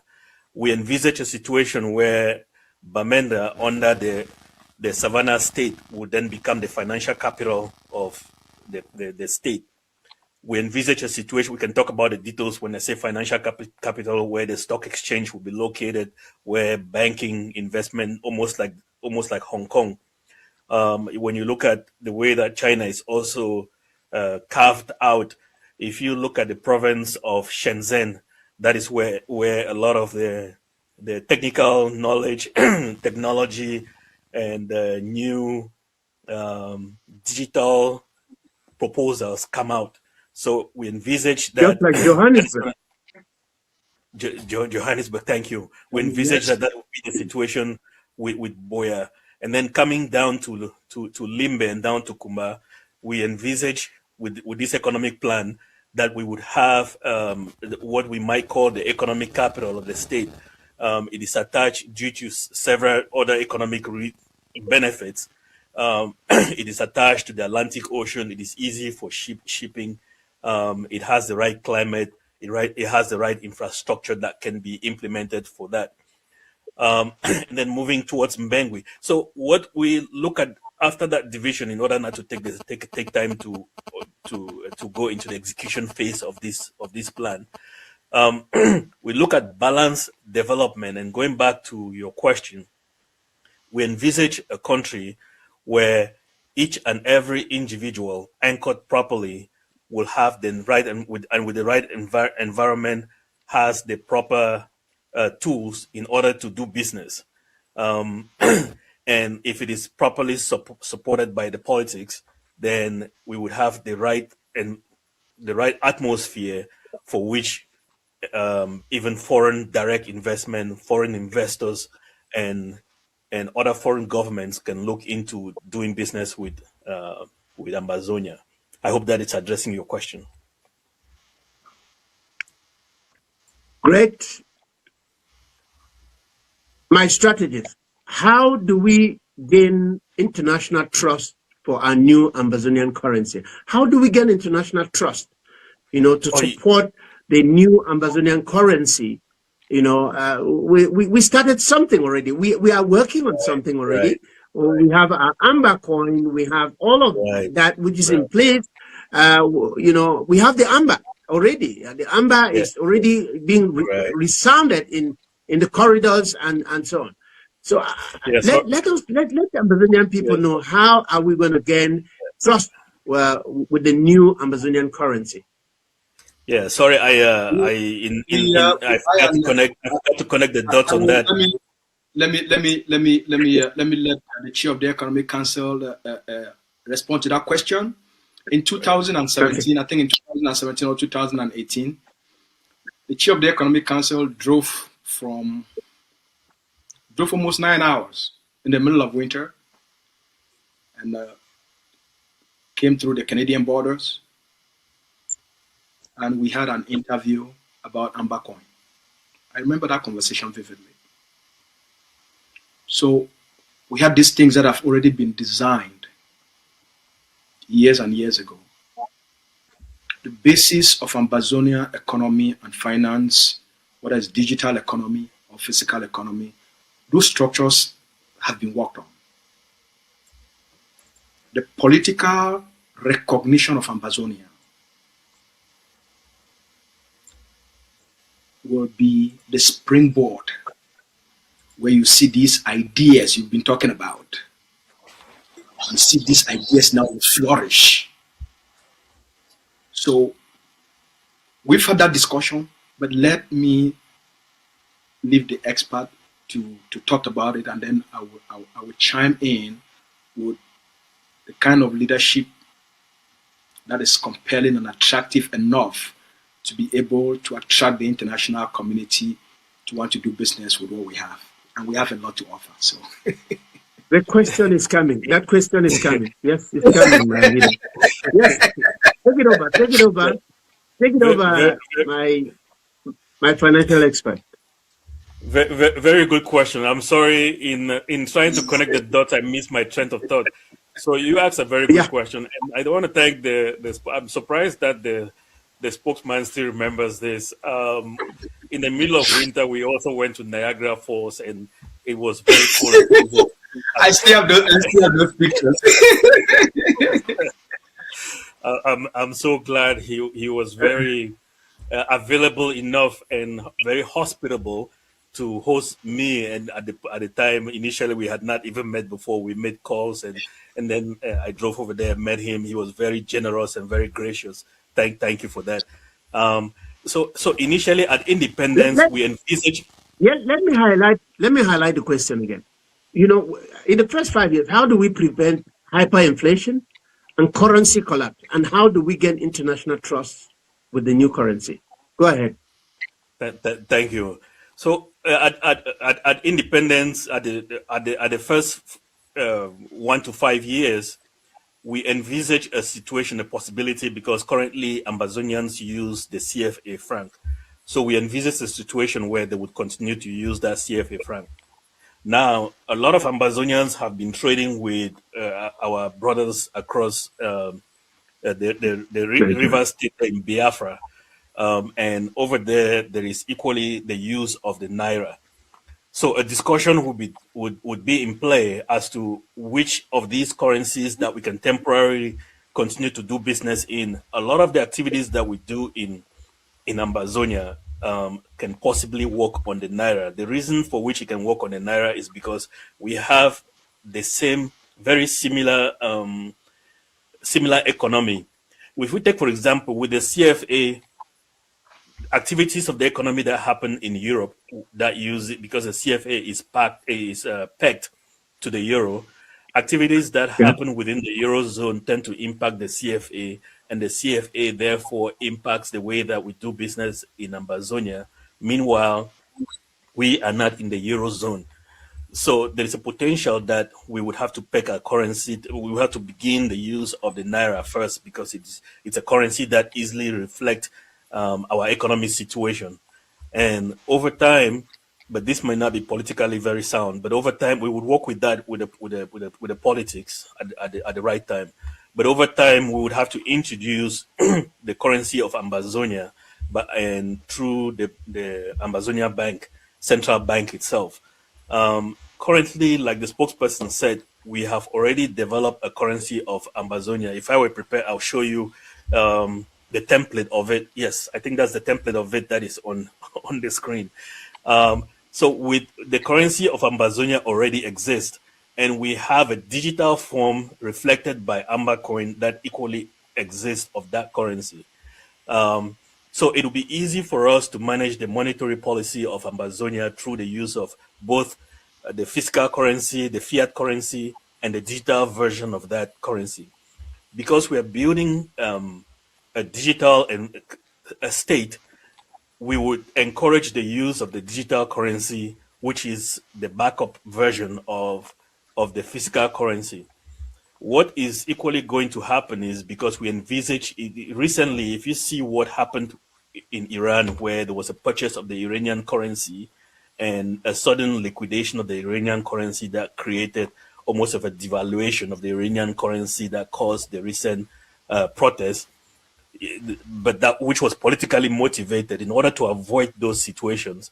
And because that led to the devaluation, and it could also lead to inflation, we have a scenario where we would therefore manage the Ambazonian currency through the digital version, and the digital version allows us to be able to inject funds into the economy, or buy back the funds from the economy in order to create the stability of the currency itself. There are various other instruments that are available to the central bank in order to help manage the inflation rate or the stability of that currency. We had looked to pegging our currency towards another very stable currency, but there is currently a debate within the Ambazonia Treasury to allow us to float that currency when as needed in order to stabilize the economy. So I would say that we are fully prepared for those scenarios to generate investor confidence, to generate international confidence, because this has been done before, whether it is South Sudan or it is any other recently permitted state like Somaliland. Thank you. Wonderful. As a follow-up, has the Amber coin, because has the Amber coin been listed on the list of currencies, digital currencies? Where are we at with the digital currency? Just in details. Yeah, with the digital currency, we had it listed on Ethereum and also on crypto platforms. But we realized that as the currency of the state, it was going to fluctuate very significantly, and we did not want a currency of a state that will fluctuate too much as to not allow for investor confidence. So what we ended up doing was to restrict trading of that currency, and right now the currency is just sitting, allowing for the right time for us to push it into the system. So at this point in time, it is not the right time, because we do not want a currency that will fluctuate and not really create for investor confidence. We want a currency that is more stable, that will be pegged to probably the US dollars at a certain exchange rate. When the US dollars would fluctuate, it would also fluctuate, but at the same time would allow us the currency to float relative to other currencies that will become our trading partners, including both. I mean, if we think about it, there is currently the discussion around the fact that the African population is still generally very young. By 2050, we would have a population of 2.5 billion people. So just within our trading region, that is a huge market for Ambazonia to tap into, so to work with. Great. Strategist, you want to add something to the confidence that our currency will generate, and to the digital world, because every nation is almost going. America is creating its own digital currency, and every nation is almost going creating its own digital currency. Would you like to add something on that? how we're going to get that confidence, international confidence, to back our currency. Over to you, sir. The international confidence, as you already know, in the business world, come from the political system that you set up.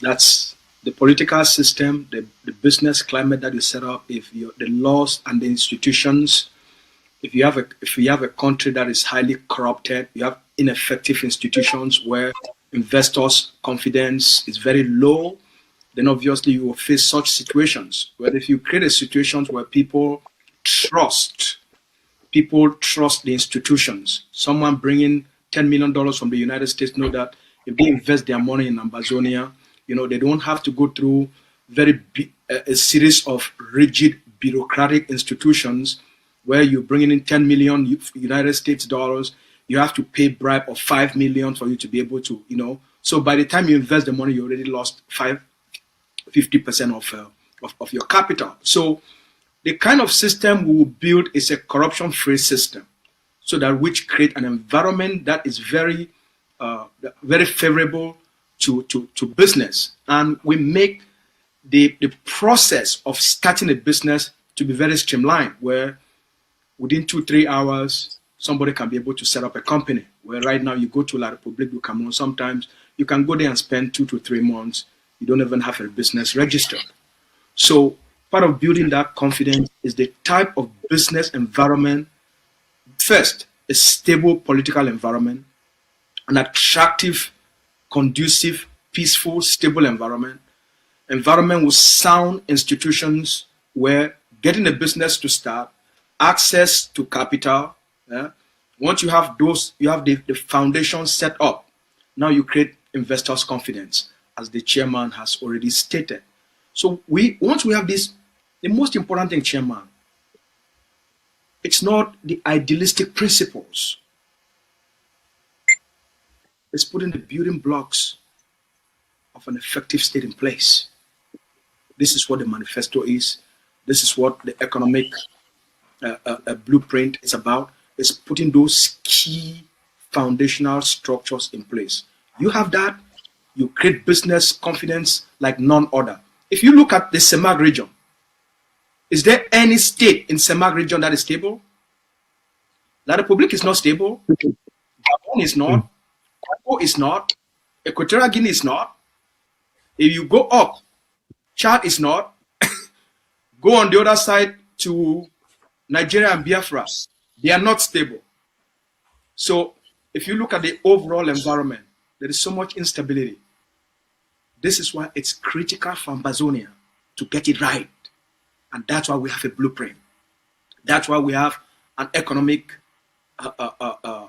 philosophy and a foundation, research properly done, that will help us to put in the infrastructure, the institutions. You will get everything right, then we'll become the Singapore. Singapore have done it. Lee Kuan Yew of Singapore did it. They were also colonized. They've gone through what we are going through right now. So if others can do it, we can do it too. We've proven that in the 50s and the 60s. So not to talk about a generation now that it's me and you and the chairman, and you have 2 million Ambazonians that are out here with first world and first class education and talent and skill. You have a highly educated population. So all we need, we already have the ingredients. We have the ingredients already. We have the ingredients in this. And that's why we are going to dominate the region and become the economic miracle in that region and take over the entire region. Thank you so much. A leading question to our fiscal policy, to both of you. Our fiscal, because the document, the blueprint talks of the blueprint of our fiscal policy. It talks of the documents and the tax structure. How do we balance the urgent need for state revenue to fund these 10 pillars? The blueprint is a 10-pillar blueprint, without suffocating the small and medium enterprises and the youthful economy, because like we are saying, in the first 5 years, before the first 5 years, we are just a young economy. So how do we not suffocate this SMEs and the young economy before they are even get started? Is the tax system proposed realistic? Is it realistic? How are we going to get this money to get to do these miracles that you're making us, jump out of our seats? You're making our viewers to jump out of our seats with a wow. How do we get this money to finance these 10 pillars without suffocating small and medium-sized enterprises and the young economy? Over to you, our financial expert, Mr. Emmanuel. Thank you for that question. I'm going to begin with a personal opinion first that dwells on the politics, because that will be negotiable, and then we'll come back to the fiscal policy mechanism or architecture that the plan calls for. The politics being that one of the things that we had a conversation on, it's about what kind of a political system or structure does Ambazonia want to have. The spokesperson did allude to the fact that there is a lot of instability that is happening within a lot of these other countries that surround Ambazonia, and because of that instability, economic development cannot steadily flourish, and investor confidence is slightly down because a lot of people would not want to put their money where there is instability, both security-wise and economic-wise. Now, the politics, the conversation that we've had suggests that one of the reasons that is causing that is you have presidents of countries that do not have an independent do not make policy that is independent of themselves, that they receive they are so heavily influenced by foreign instructions. So we talked about a political system and structure which might be parliamentary democracy, which means that our parliamentarians will be elected, and through that system a prime minister is put in place, and with that prime minister, there is another structure like what China has with the Communist Party, or what Iran has with the Council of Elders. What that council beyond the politicians tend to do is to basically act as checks and balances with the political power. Political power, in this case, the prime minister or the president. So you cannot have a situation where foreign conversations are had with the president, and the president goes on to implement strategy that is basically not in the interest of the population, in this case, not in the interest of Ambazonia. So that is mitigated, or those checks and balances, the veto powers come with the council members that will then be elected from the various states or regions. Now, don't want to dwell so much on that, but want to make the point that the strength of that then creates for the fiscal policy that is implemented or executed, whereby we have a progressive tax structure. In a system where politicians can easily be influenced, you can have billionaires on one location while you have individuals that are not able to put food on the table. But when you have a tax structure that is progressive in nature, because it is debated by councils that are over the politicians to make sure that veto powers are exercised that are in the national interest of the country, in which case a progressive tax structure then allows for those who make more to pay more, and those who make less to pay less based on their income that they make. And the income that is then generated through that avenue then creates the background for which the investment takes place. Now, with the progressive tax structure, we have to equally be careful. It's not a system of just taxing people that make more. It's a system that allows for the fact that if you make more and are willing to invest that more in different productive ventures that allow for the employment of more Ambazonians, then basically with that investment, then you're not taxed more. Sorry, I'm starting to get get so much into the execution phase. But that is at least the philosophy within that. These tax systems cannot function, or these revenue generated systems cannot function very well without the fight against corruption. So corruption has to be, there has to be zero tolerance for any form of corruption. And the politics cannot protect politicians that are involved in such actions.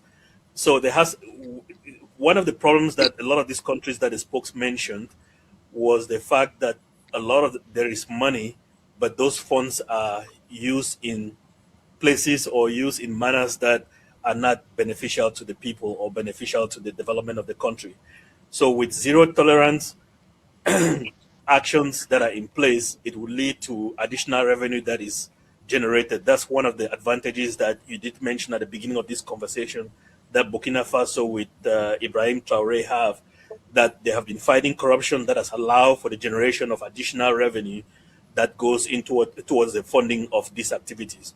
Now, fiscal policy, we can talk about leveraging, that is to say, borrowing. We have to be very strategic in the manner in which Ambazonia borrows. That is to say that there is a cap on how much can be borrowed based on the GDP that is produced, how much can be borrowed, and there has to be a conversation on exactly how the amount of money that is borrowed is repaid.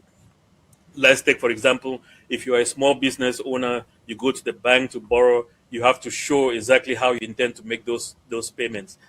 This implies that when I say strategic in our borrowing mechanism, a lot of times borrowing from the IMF and borrowing from the International Bank for Reconstruction and Development, there are strings attached. So strategic in borrowing in terms of the fact that there could be like bilateral borrowing, but lending between, say, countries without going through some of those international institutions that tend to create a trap for a lot of the countries. That would be one way. There could be also borrowing from funded internally, which implies that we in Ambazonia issue bonds, and both short-term and long-term for the generation of the funds that they need. There could be borrowing internationally from other private big investment houses. That is not necessarily through the IMF or the World Bank, which comes with strings, as easily noted. And in every case, each of these should be in a productive, because you can't borrow and spend. If you borrow and spend in activities that are not revenue generated for the economy, then basically it's like taking the money and burying it in. So we have to be very, I'm trying to not go into so much detail. So we have to be very careful the way that these things are done. Now, another form of it could be investment by the state in terms of, through its monetary policy, it can print money. The problem with just printing money is that it creates for inflation. But inflation only tends to happen if it is not matched by economic activity. So if you print money that is not aligned with economic activity, then it creates for inflation. But if it aligns with economic activity, those are some of the things that these foreign states do not make known to us. That basically, what FDR was the president of the U.S. that ruled around the 1930s time frame. What they did at the time, with a lot of coming from a huge recession, was the construction of roads, where funds are printed and individuals are put to work towards building the interstate highway. So we could look into such formats as well. There's a lot of construction work that has to be done in Ambazonia, whether it is infrastructure as in buildings, or it is infrastructure as in the road network, hospitals, schools, and libraries. So I hope that answers without going into so much details, hope that answers the question around the fiscal policy and the revenue generation mechanism and strategy for the Ambazonian state. You hit it on point, very on point. From my financial knowledge, America just prints money. Do we not have enough resources to print money so that this money can be backed by resources? and then we go ahead to do to encourage the engines of growth, which you mentioned: the road construction, the agri-industry, the industries, the energy sector, telecommunication, and all of that. Like you said, we can just print money. Look at our resources. Print the money. It's backed by resources. What is your expertise knowledge on this, Mr. Emmanuel? I'll get to you, Spokes. No worries, please. Let Comrade Emmanuel answer those questions, and I'll make an addition to it. Good. All right. Thank you, Spokes, and thanks for that question. Printing money backed by resources can easily create inflation. So there are many mechanisms for which Ambazonia can manage that inflation to make sure that when such tools are used towards managing its monetary policy, it doesn't create a system for which its currency suddenly loses value. Now, one of the ways that has been the case has been the exploration of those resources to match the value of the funds that are printed, towards which this goes towards managing our balances of payment, whether it is balance of payment deficit or balance of payment surplus. Bear with me if I go into a little bit more details, but I'll try to keep it very briefly, meaning that the way that states will manage such affairs is that they do not, I borrow money from a state, I do not pay to that state cash. There is a balance sheet that is maintained by, there are international institutions that manage the balance sheets of states. So I ship goods and services across boundaries. Those goods historically they were paid in dollars. Now you're having a lot of states use the yuan and even the Russian rubles in making those payments. And the payments themselves, the cash themselves, do not change hands. It's just a balance sheet entries that happen within those international institutions. So the shipment of those goods and services help then to bring. So if you do not have goods that you're shipping or you're trading in back and forth, and the printing of those funds happen, then it will cause a lot of significant inflation. The way that the US has been able to get away with it is because it also acts as the dollar also acts as a reserve currency. And as a reserve currency being used internationally in many other countries for settlement purposes, it equally plays into the role of balancing the US dollars. So we have to strike the balance between a foreign exchange, balance of payment deficit and balance of payment surplus, and also balance of trade deficit and balance of trade surplus. So in managing that, it will give us an idea as to how much of this currency that can be printed to support the economic activity without creating for an inflationary scenario or situation. Brilliant. Over to you, strategists.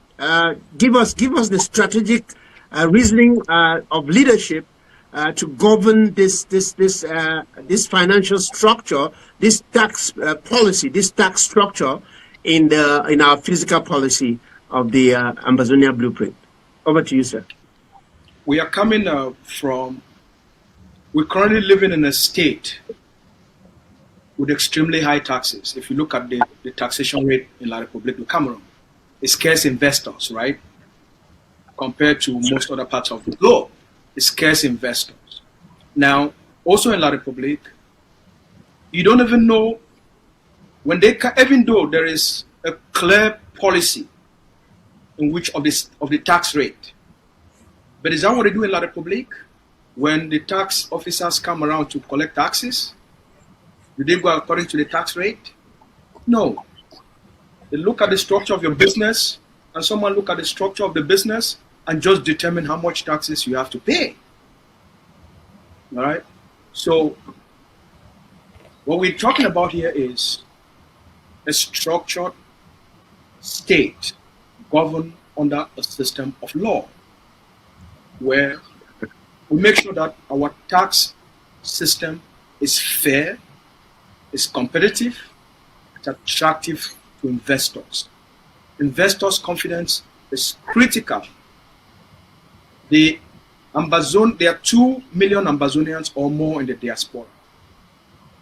There is a lot of money post-independence that will be flowing. So, as the chairman has said, through the transition government, that will determine what tax rate we will be using or introducing to the public, which obviously has to be very business friendly for us to attract capital. So that's the first thing we have to be talking about here. How do we attract capital? By putting in place a tax rate that is that businesses feel comfortable to pay, to bring their money in, to invest. Secondly, Ambazonia is endowed with abundance of natural resources that will help to kickstart the economy. You have a young, vibrant population that is educated and hardworking, ready to be trained, to be retrained, to be retooled. So when you combine a lot of these things, a right fiscal policy, a right tax rate, you have an inducive business climate based on the stability of governance we've created in Ambazonia. You have a highly educated society. You have an influential, vibrant, wealthy diaspora population. You have created a foundation for explosive economic growth. Right fiscal policy, which keep inflation down, will create a lot of wealth and abundance for the Ambazonian people. And I really look forward that I don't think one episode of this program is enough to talk about this thing.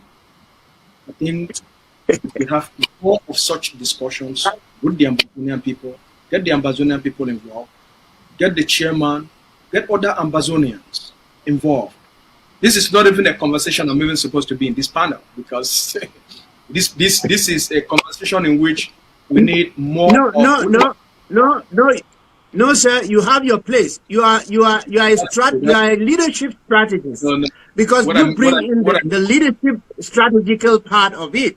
The technical and the strategy go together. Thank you. Yeah. What I mean is, Ambazonia has a lot of brilliant people, like Comrade Sapel, where in such discussions, I'm not discounting myself, in such discussions, we need more people like him that are out there, that are in the finance, that are in business, that are in economy, that are leaders of industries for these discussions, so that we have such robust and interesting interaction. So, chairman of the commission, I think schedule something like this so that we can bring more. If we can have 3 or 4 of Comrade Sapel, and get Ambazonia to start to feel the future that we're about to create, the future that we're about to unleash, so that he's not the only one talking, so that there should be 3 or 4 of him talking in one panel discussion, so that we can, because what we are doing here is to showcase to the world, not only to the Ambazonian people, what we're about to create. And so this is great. I can't thank both of you enough. Great. We can't go without touching on this question. Our time is fast spent, very fast spent. And following what I have in front of me, for you guys is we can go on and on for the next 5 hours to get our people tuned in, to get our people, to get into sync with what we envisage for what we've been fighting for the past 10 years, or for the past 61 years, 63, 64 years down the line. That's what we've been fighting for, because this is our fight. It did not start in 20 in 2016. It started in 1961 when our fathers went to the Queen to say, hey, you gave us only 2 options. We need the 3rd option. Give us an option to be independent. So the fight began in 1961, and it has been on till now. We are still talking about it. And so this blueprint opens up the minds of Amazonians to know, like I'm saying to our people, if you don't know what you value, what you are, what you possess, if you don't know your value, you know, people will misuse you. People will misuse you. People will come and take hold of you and capture you. And so this, we are opening up, you know, Ambazonia to the common man to be able to understand the value that they're sitting on, so that they know how to protect it. Let's get to the business before we wrap it up. Closing statement. We have just 15 to 20 minutes before we go. Let's focus on the natural resources and energy. Many African countries, African nations, suffer from resource curse. You know, we have resources, like what I was just saying now. We have resources, but we are cursed. They suffer from resource curse. Does this blueprint provide a robust enough framework, perhaps a sovereign wealth fund model, to ensure oil and mineral revenues are actually reinvested into infrastructure, like it's in one of our pillars, one of the 10 pillars, pillar 5, rather than vanishing into private pockets?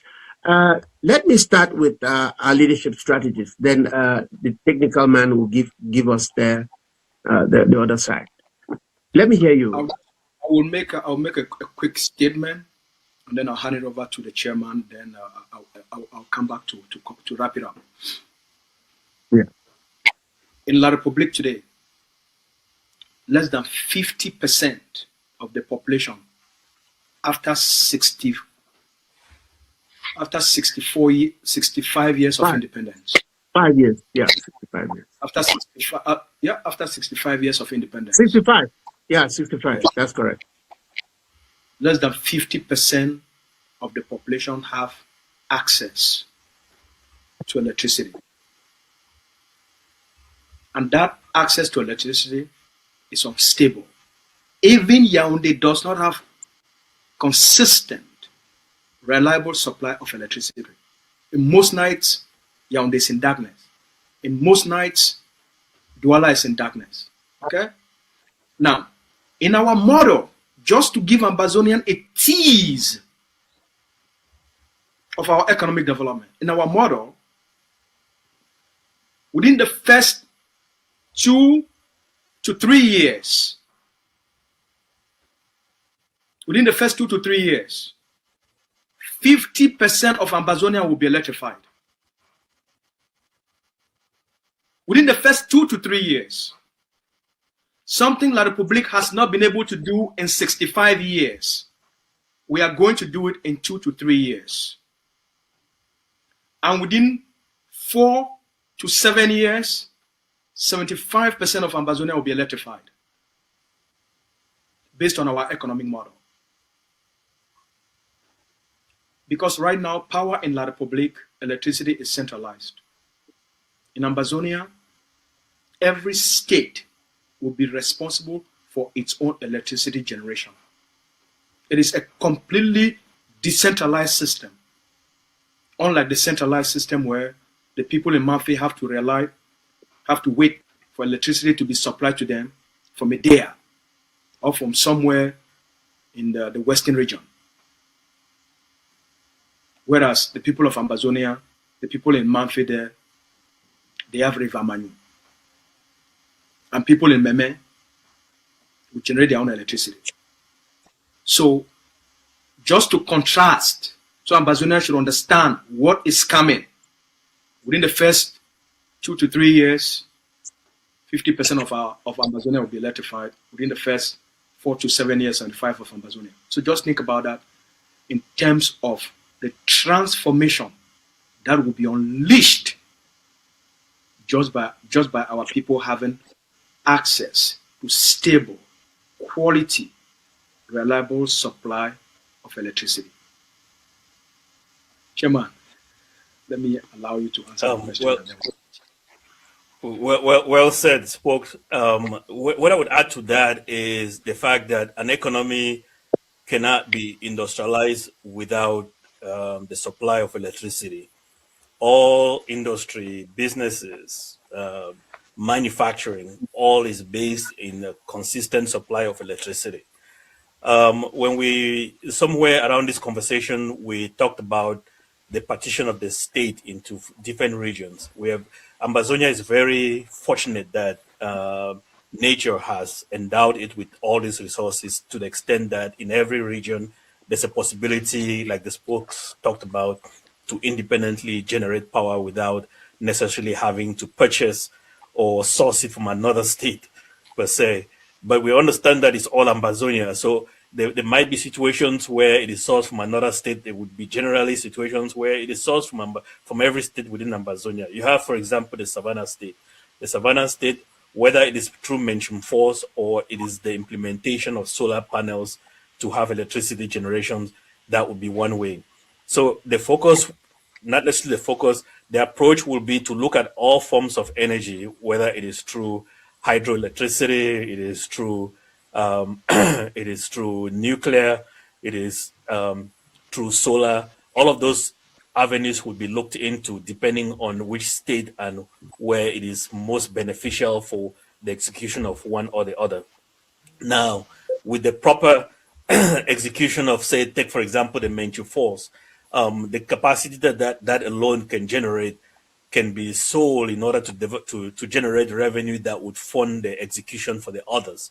When I say the others, whether it is the implementation of solar, now you have the development of other forms of electricity that we do not even yet know about or recognize. Like you had individuals that were able to harness frequency and from the atmosphere and convert it to electrical energy, and just with this single equipment was able to power over 300 homes. So you could have structures like those that power every 300 homes, every set of buildings, every neighborhood, having independent electricity generation. And we have to make sure that these are equally very cheap sources of energy, because given the influence that energy has, it should not be, it goes back to the first pillars of the focus of this, where the focus would be in every individual Ambazonian person, such that they are able to use such resources without going bankrupt per se. So overall, there are various nodes within Ambazonia that can generate the level of electricity or power that we need, whether various forms, solar, hydro, petrol, and so on and so forth, to power the economy that we envisage. And wind. We have a lot of wind. All right. That's great. We cannot go without touching what is my heart. It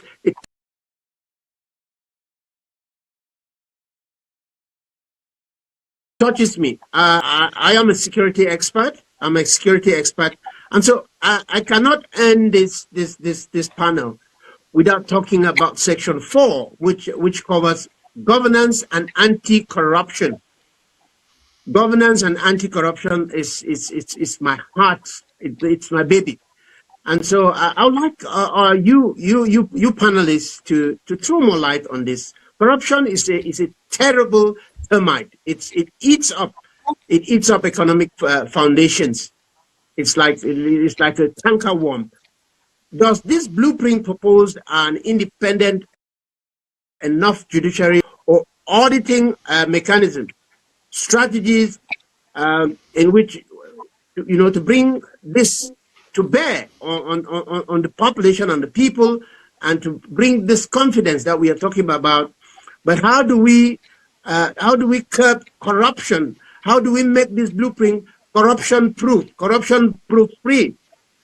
These institutions from day one, we are talking about today. We are giving this blueprint. We are exposing this blueprint to the Amazonian people, because remember, this blueprint is post conflict implementation and immediate implementation in places where we have control. We can start it. And so, how do we curb this? How does this blueprint bring the independent judiciary and the auditing mechanisms that we will put in place to make sure that this blueprint grounds in Ambazonia and gives us the kind of country that we desire and that the kind of country that people will admire? Over to you. I can start, and then the spokes would finish and conclude. Okay. Regarding this, we did mention the fact that we have to have very strong government institutions, and when I said that was my personal opinion about the formation of a council above the prime ministry that can appoint the body that is responsible for corruption, this would be an independent institution. And this institution will be answerable to Parliament. When Parliament votes for a budget, that is already there for that institution. What that means is that it is beyond the control of the Prime Minister in such a way that you can fire, because one of the ways that you can circumvent the authority of such institutions is to threaten to fire the various individuals that govern such institutions. So, but by putting it that way, then you give this institution additional powers to do their job. In some countries, people that are involved in corruption are actually executed if proven guilty. In China, yeah, exactly. So, but we have a culture in the Ambazonian culture. This was foreign to us. It is not something that Ambazonia had been used to. The level of corruption that we see today in Ambazonia. This is something that was brought in thanks to the colonialism of another country. Now, the establishment of an independent institution, commission that would investigate allegations and if proven guilty, then will follow the right channels towards maybe the right discipline. Then this cannot really function without the right legal framework as well to protect both the commission that is involved in anti-corruption and also to make sure that the framework does work. So the establishment of the right legal framework to make sure that this works very well. And there has to be equally decentralized authority within this framework, decentralized in terms of the fact that these commissions should have the power to do their job one way or the other. So this, in many countries right now, there's been the anti-corruption agencies are endowed with the digital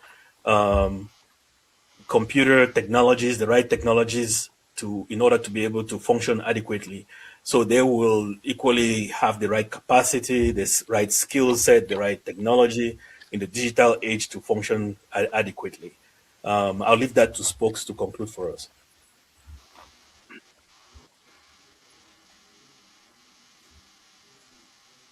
Thank you so much. Yeah. Thank you so much. Corruption is a behavior. Corruption is behavior, and then from behavior it becomes a culture. that's right. So it's not something that people are born with. It's a learned behavior that is rewarded and then reinforced, and then it becomes a culture. And so behaviors can be changed, and cultures can be changed. In Ambazonia, the best way to make sure that it doesn't happen, you make sure it doesn't start. Yeah. Beautiful. The best way to make sure that corruption does not take place in Ambazonia is make sure that corruption does not start. And the way you do that is you elect people that are not prone to being corrupt. We've seen this in our liberation struggle. We've seen corrupt leaders, and we've seen what corruption has done to the institutions that are led by these corrupt leaders. We've seen corruption in activists, and we've seen the consequences of corruption So it's something we already have a taste of. The question is, do we want to transfer these destructive behaviors? Do we want to transfer them to an independent state? The answer is no, you don't want it. So Lee Kuan Yew of Singapore did it during the revolution. It's one of the things he promised the Singaporean people, that if his party is given the ability to elect and become the government in Singapore, Singapore will become corruption-free. And Singapore is corruption-free right up until now. So there are societies where corruption does not exist. If you build the right foundation and you elect the right leaders. Remember, every society has a choice as to who governs them. The people of the Republic make the choice for Mr. Biya to govern them, and they are paying the price. That's right. Okay? They allow Mr. Biya to steal the election. They accepted it, and they are paying the price. Absolutely. So, we as a people, we've seen the destructive nature of corruption. Why do you want to tolerate it in a culture where you want to build a state of greatness? So that's why the first thing is it won't start, because we are going to build institutions that will detect every person. Let me tell Ambazonia people this up front. People will go through a psychological profile to hold public office in certain key areas, which means you will take a psychological, you go through, they will give you a system in which you answer certain information. You go, you will sit down before you get a certain job. Okay? Lies testing, yeah. Ambazonia will not be that kind of a state. Even for you to become a member of parliament as a candidate, you go through a psychological process. So this is not a joke, okay? We are doing this in companies where I go into a company and we run the entire department through a psychological test to determine if you even fit or have the quality, the character, certain traits to integrity. Yeah. Company. Okay? Because that is going to determine your performance, to see if you have the right nature for the job. So Ambazonia is not going to be some shit-no white blast type of La Republique where everybody can fill in to any position because you are appointed. It's not going to be like that. Number one, you have to have the competence, you have to have the right education. Education and competence is not enough. Character is everything. Absolutely. So in our state, based on our institutions will be more powerful than the personalities that work within those institutions. As the chairman has said, independent judiciary. Unfortunately, Justice Ayapol did not live to see the independence. That was a corruption-free Ambazonia. And he would have set an example of what a Supreme Court judge will be. You see, when you lay the foundation, now you know you have a solid structure. We have to get it right by putting in independent magistrate, judges, Supreme Court justices, people that in their character, in their way of life, there is zero corruption. So once you have it right from the foundation, the state will be fine, because it's monkey see, monkey do. The reason corruption is very chronic in La Republique, because the ministers see Mr. Biya being corrupt. The ministers see the Prime Minister being corrupt. The deputies see ministers being corrupt. They see the general, the commissioner of police being corrupt. Because the commissioner of police is corrupt, the police officers are corrupt, the general is corrupt, the civils are corrupt. Okay? Now, if you have a magistrate, let's say in Bamenda, The magistrate of the Bamenda High Court, it's a character-driven man or woman.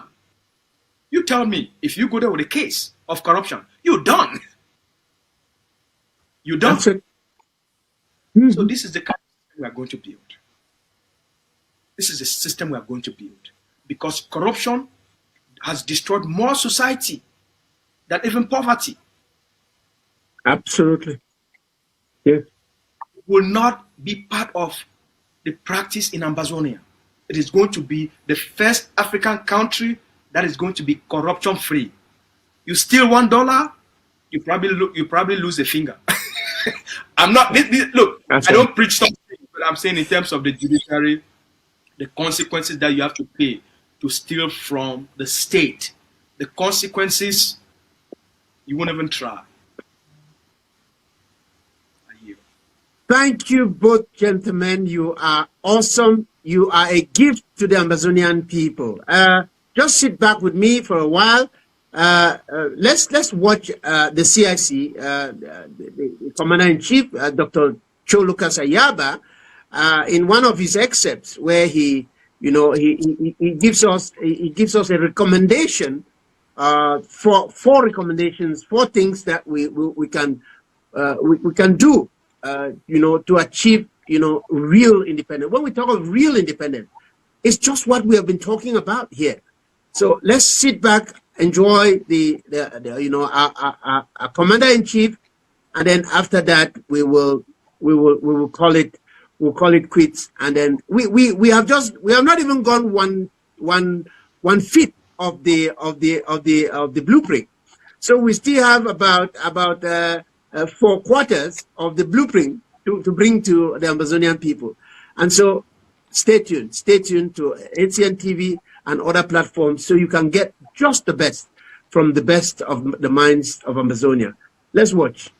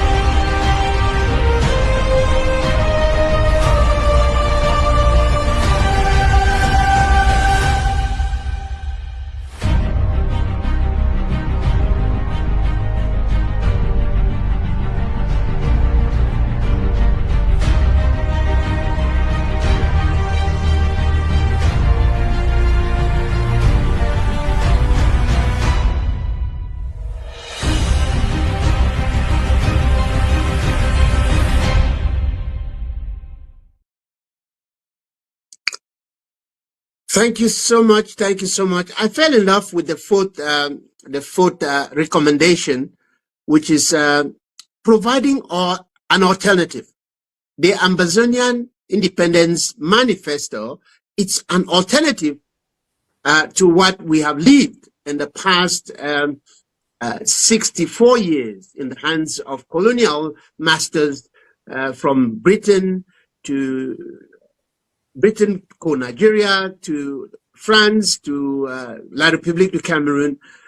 That is what we have lived. So we are presenting to you, dear people of Ambazonia, an alternative. That is what our Commander-in-Chief of the Armed Forces of Ambazonia, the leader of a war of independence, Dr. Cho Lucas Ayaba, is proposing to you.